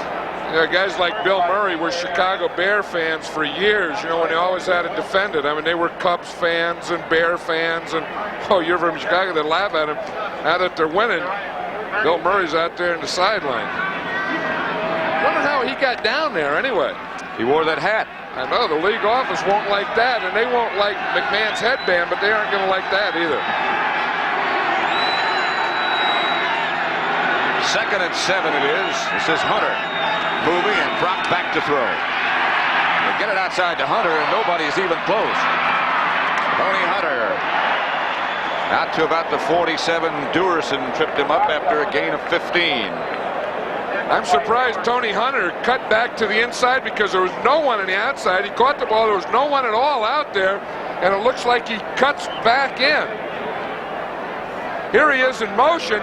When he comes out here, no one covers him, and he turns the ball up. But then he turned it back in. Watch him. He comes in motion, fakes the block, comes out here. There's no one out here at all. Now, why he just didn't stay out here in the sideline? He cut back into double D. David Duerson.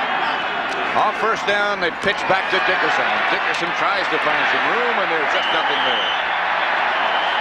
Otis Wilson chased him out of bounds. They have kept Eric Dickerson, the great Eric Dickerson, under control. Well, you know, the last 2 times they played, or both times, Eric Dickerson gained over 100 yards on this team. Of course, you know what he did last week, that 248. That's a full day's work. And that's what the Rams had planned to do today. They wanted to do the same type of thing. Carry the ball 40 times, wear them down, wear them down, wear them down. But I think the Bear defense has been doing the wearing down. 11 minutes and 13 seconds left to play. They fake to Dickerson. Throw outside to Brown. And he dropped it. Trying to set up this quick screen to the speed. That was one of the things the Rams put in for this game, that, you know, the quick screen, the type of stuff that wouldn't be bothered by the wind, where you could get it to your fast guys out in front. Of course, that plan didn't work when you dropped the ball, but the idea was to get the ball out quickly to Ron Brown, get blockers in front of him, and him going down the field. 3rd down and 11.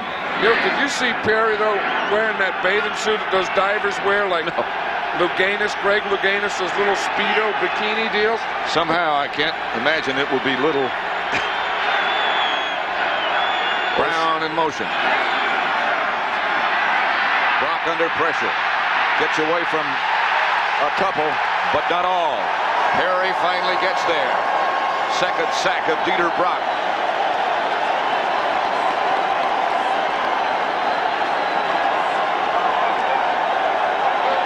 Again, the Rams will have to punt.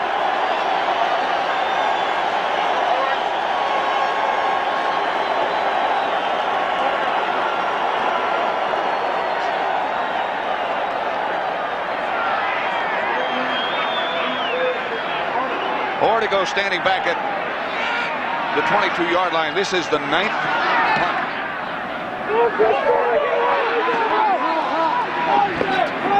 And it goes out of bounds. Beg your pardon, the 7th punt. You know, we always talk about stunts. Let's watch one. Here's Perry. This is how they got there. He goes first. Hampton, he comes second across. Now, Hampton gets there first.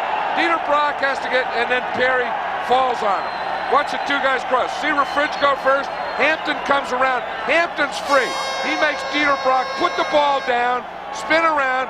Now, here comes a refrigerator and a whole bunch of other guys. Holy moly. Wilbur Marshall, the refrigerator, full package. They all met right at number 5. 10:40 left to play. Peyton gets the carry.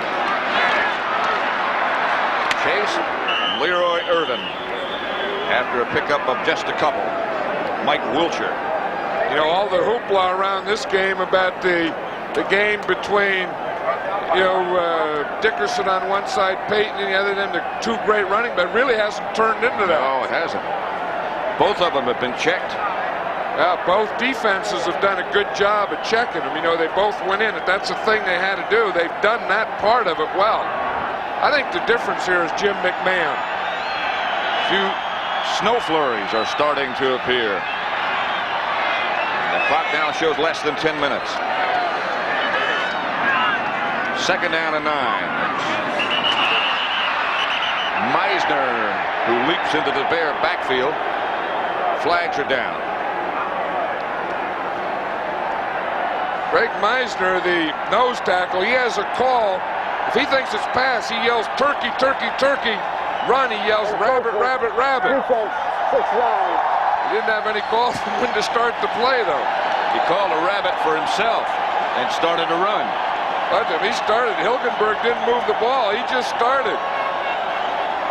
He grabbed McMahon there. McMahon said, no, no, no. Peyton goes over to help McMahon, hold McMahon up and grab Meisner off. I would like to hear that conversation between those three guys. Perhaps you can see some of those snow flurries, which have just started to appear. I think it's only fitting. A championship game in Chicago, there should be some snow. I agree. McMahon back to Peyton. He is met right at the line of scrimmage. That'll bring up a third down situation. Jeter was the first man in white to hit him.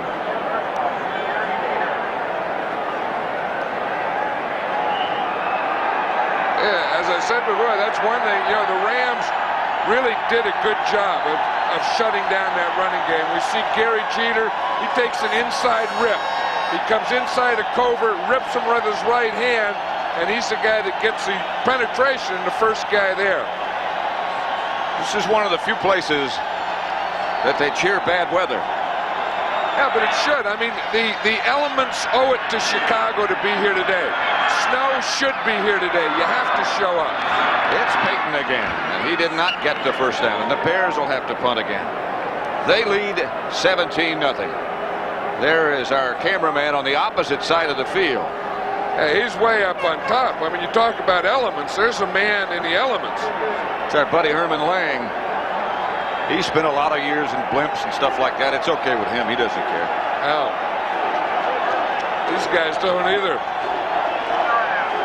But I think this game has everything. I mean, you know, Chicago and the Bears and Soldier Fields and monsters and big guys and tough and guys in short sleeves and snow and everything. The only thing wrong is it got all that stuff and artificial turf. Too bad we can't pick the All-Madden team today. Bears batted out of bounds. They were hoping for a roughing the kicker call against the Rams. They didn't get it. Punt was 26 yards. The Rams take over. They just haven't been able to get anything going on offense. 7:51 left to play. The Bears lead it 17-0.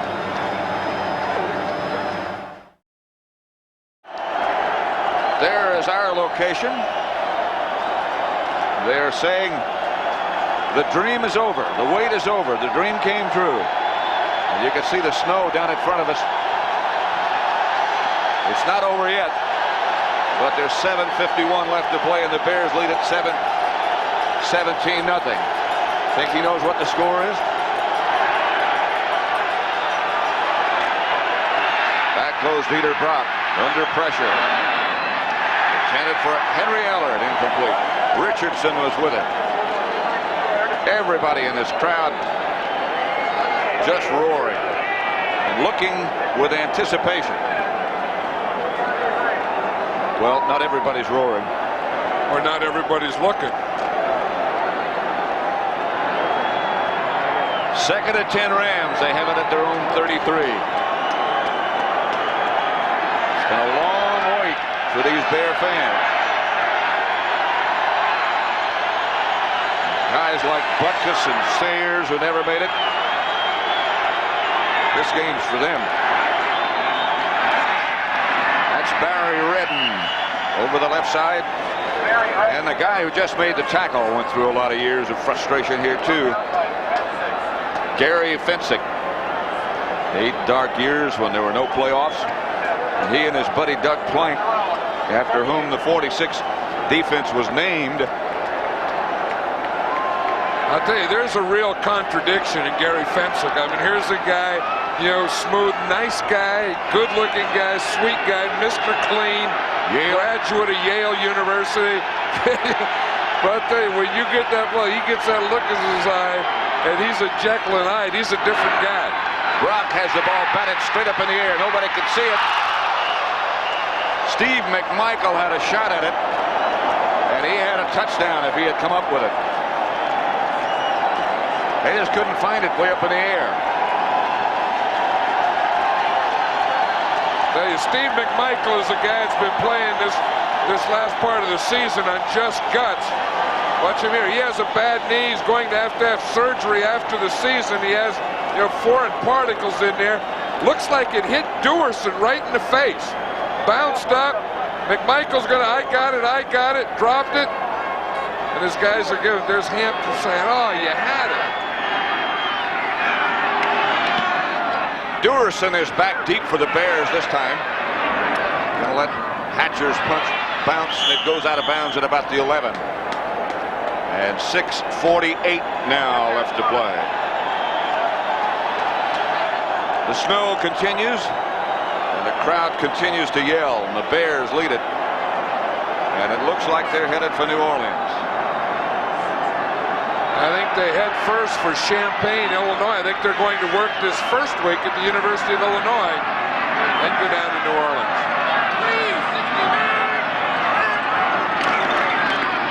McMahon gives to Peyton. Peyton finds very little running room. It's been that way all day. The leader of the defense, Samurai, Mike Singletary. Well, yeah, you're talking about different personalities. He's the same type of guy. You see him off the field. He has the glasses, very articulate, very nice guy, soft-spoken. You see him on the field, he's wild. He's wild. Got the button-down collar, the tie. Yeah, he'll wear a striped suit on you. Carry a briefcase. Boy, but I'll tell you, he could change from that briefcase to a look in his eye. Second and 10 at the 11. And McMahon's going to go to work. He does. Intended for Reitman. Too far in front.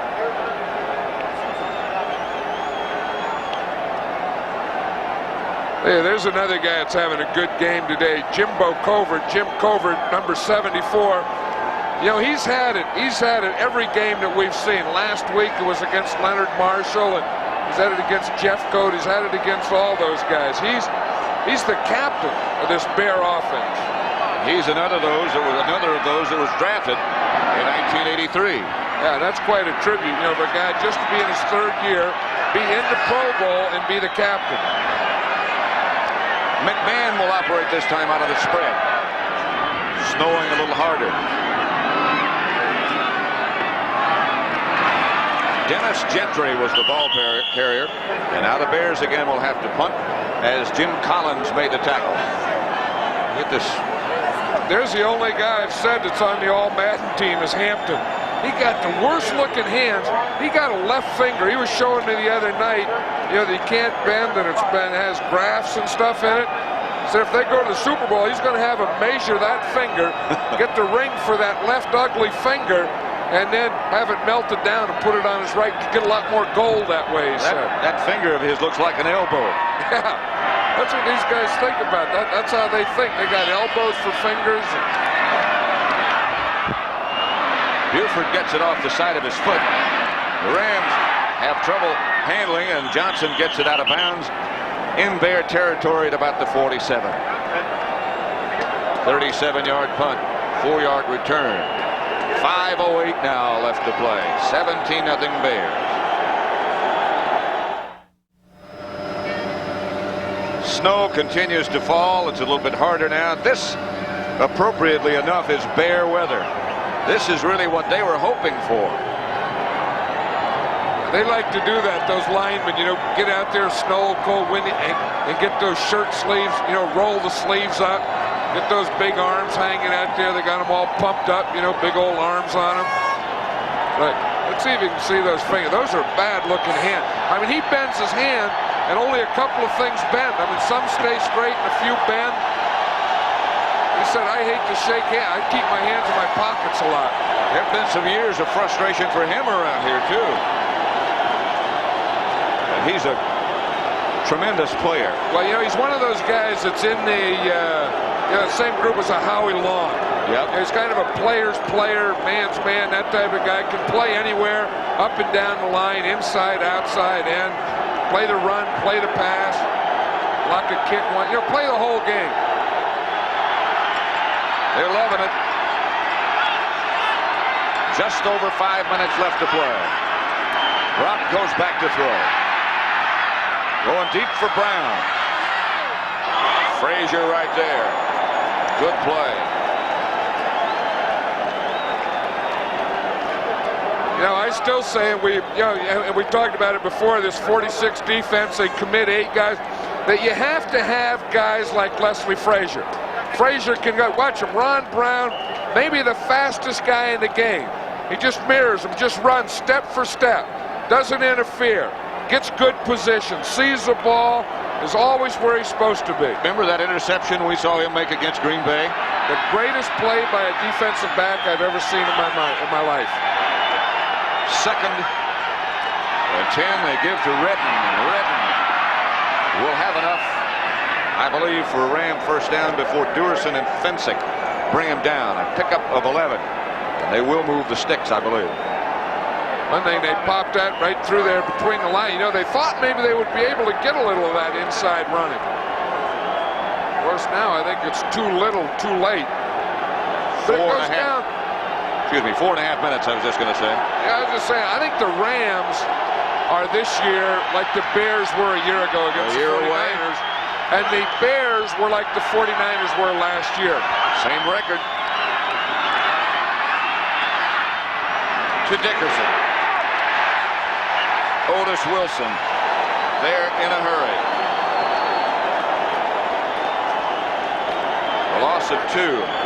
Even in a great year last year, the 49ers, no team has ever recorded back-to-back shutouts in playoff history.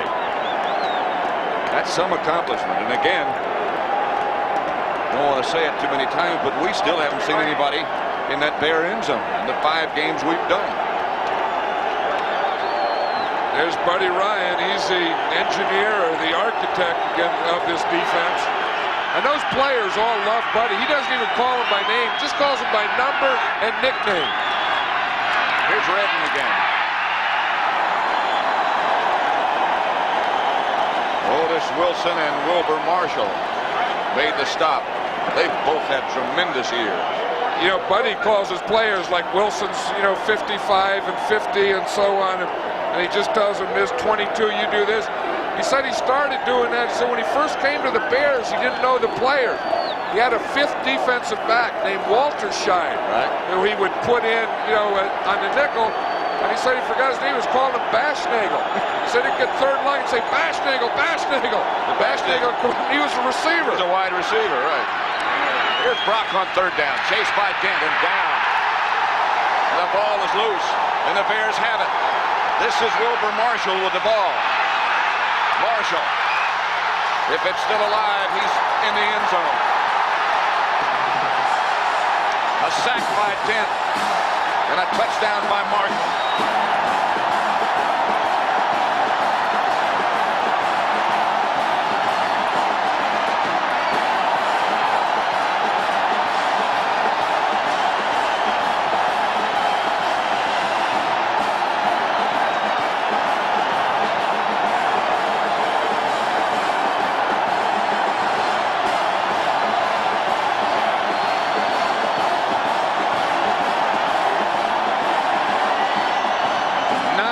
different Bear defensive players have scored touchdowns this year. That was Wilber Marshall.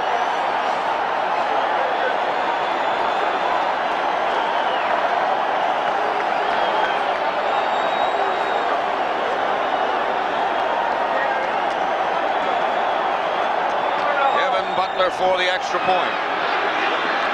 Steve Fuller holding.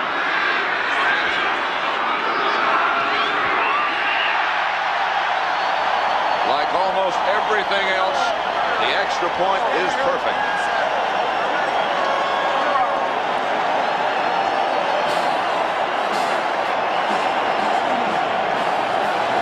You know, Richard Dent, he was standing up. You see him, and Tony Hunter just couldn't get out. He wasn't quick enough. He got his hands on him. Dent comes in, grabs Dieter Brock, just strips the ball right out of there. Watch him, he's outside in a stand-up position. See Hunter, 87, tries to turn out, and then Pankey tries to get out. They can't. He just strips, turns him, the ball comes flying out. Wilber Marshall picks it up, finishes it off. What 2 playoff games Richard Dent has had. Marshall got away from Dickerson, and now he's picked up a convoy.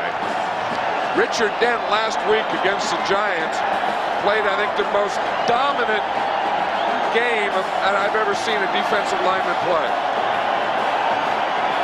Marshall and Wilson and the Bear fans.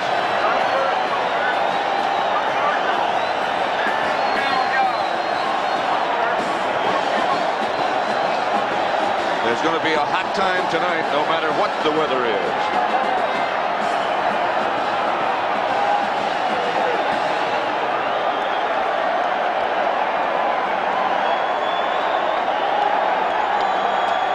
There's Walter Payton. It's been a long time coming. Brown. And a penalty marker is down, and Brown is off to the races. Cut down by Kevin Butler. That might help him make the All-Madden team, but they're going to bring everything back. Hey, he had to get out there. He was in a foot race. The kicker was in a foot race with Ron Brown to the sideline. Kevin Butler got him. Of course, it didn't count anyway, but it looked good. I have to believe Kevin Butler might lose that race most every time. Yeah, but see, he's there. He's telling him how he did it. You know, these guys hardly ever make tackles once. He said, I'm going over, I cut him off at the pass, I throw, and I just went for that knee. I took his knee out, and then he had to go. Wherever the knee goes, you have to go, he's saying. Yeah, they'll brag about that. You know, those guys can kick, make field goals, extra points, point. But I was talking about that tackle they made. So the Rams are backed up to their 10-yard line. And we have 2 minutes and 24 seconds before the real celebration starts.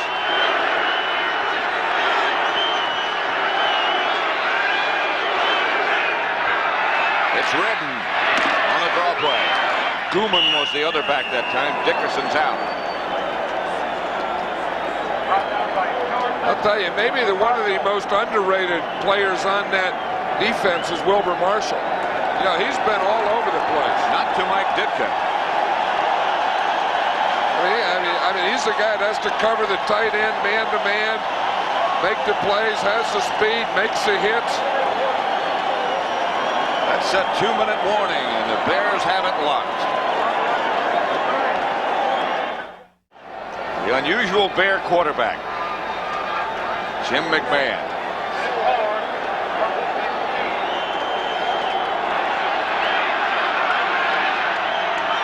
$24-0. Bears over the Rams. Brock to Redden again. Redden hammers outside to about the 30. Reggie Phillips on the stop. Most of the regular defenders are out of it. The game, I mean, the defense. Most of the crowd will be out of it. As I said, unusual. He has a reaction for everything, doesn't he? That's really his way of saying how happy he is. That guy's a beaut, but I think of all the guys in the league now that I've met, we've spent time with, I think it'd be more fun coaching him than any of them. Brock gets it outside to Bobby Duckworth. Duckworth is nailed out of bounds. Michael and Hampton and the rest getting a little rest. Ron Rivera made the stop. Clock stops with 1:14 left to play. Talking about the Bears going down to Champaign-Urbana to work out.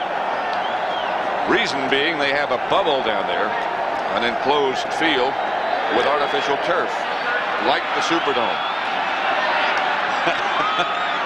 They're starting their celebrations already. They got dances and songs, and these guys have every. You know, one thing I like about the band, they've had a lot of fun winning. I mean, they have records and they have songs and they have, you know, what do you call those things? Videos. And right. The Super Bowl shuffle. They've involved the fans. I mean, it's a whole big thing. Everyone's taking part in this deal. Things are not so happy on the other side of the field. This game, the NFC Championship, worth $18,000 for both teams. And Hampton looking on. And of course, when they go to the Super Bowl, the winner gets $36,000. So it's not without its rewards, other than the acceptance and adoration of the fans. I'll tell you, but more in the money, though, Pat, the big thing's that ring. The ball again. Let's say it was dead. Mike Ditka. Clock still running with 30 seconds on the clock. Nobody has left. I mean, the place is still absolutely full. Well, they've been waiting too long for this to leave. I mean, you don't wait all those years, all this time, and then finally get it and then leave early. They're going to stay. I bet you the players won't even want to leave the field. That's going to be it.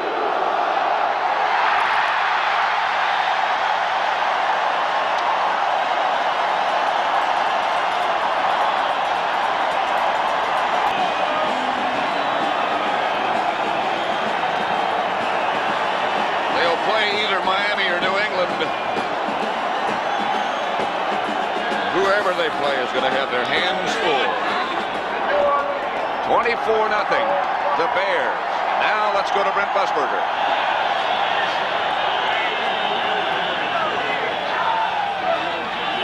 And finally, a Super Bowl for the Chicago Bears. Walter Payton hugging Virginia and Ed McCaskey, and now linebacker Otis Wilson inside the Bear locker room for the owners of the Chicago Bears.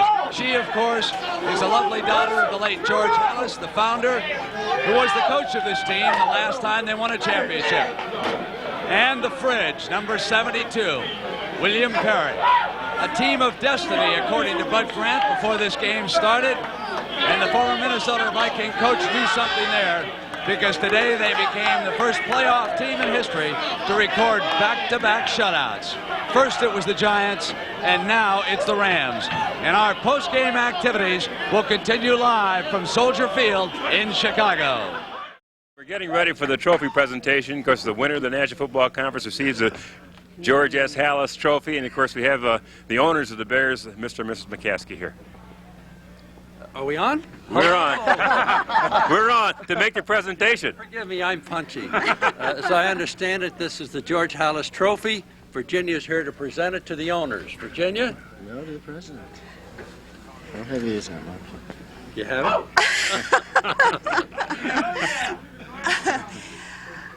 First of all, I want to thank all the coaches, the Chicago Bear coaches, and the Chicago Bear players. I'd hate to think that I had to do this over in the other side of the locker room area.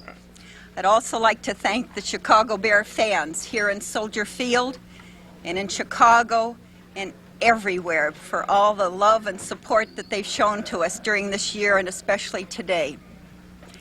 This trophy was established by the National League owners in March of 1984.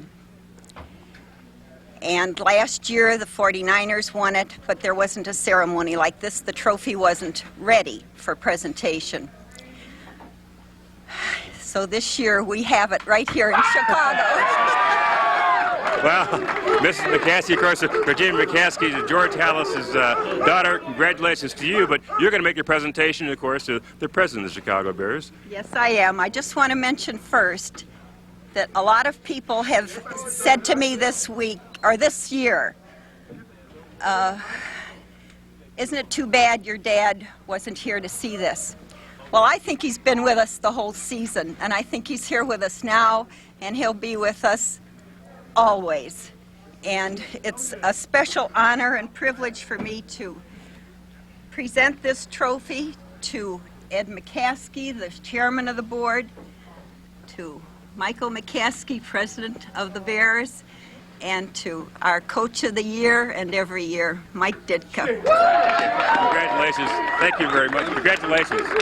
Mike, I'm gonna go ahead and move over to your coach, Mike Ditka, who made a lot of critical decisions. Of course, for all, congratulations to you, Mike, and the Chicago Bears for, this an outstanding season and a great victory today. Well, we did it this way all year as a team, and boy, I say we played hard, and I got to give the Rams all the credit in the world. What a good football team, and what a great, well-coached team John did. We had our work cut out. We made some breaks early and held up. Well, one break you made for yourself was a crucial play on 4th and 6. You went for it when everybody, I want to know what your thinking was on it. You made the first down and eventually score. Here's the play right here, 4th and 6, and then we ended up with a touchdown pass to Willie Galt. But well, the only reason we went for that, Irv, is because I knew that a lot of people would question it. So we just decided to go for it.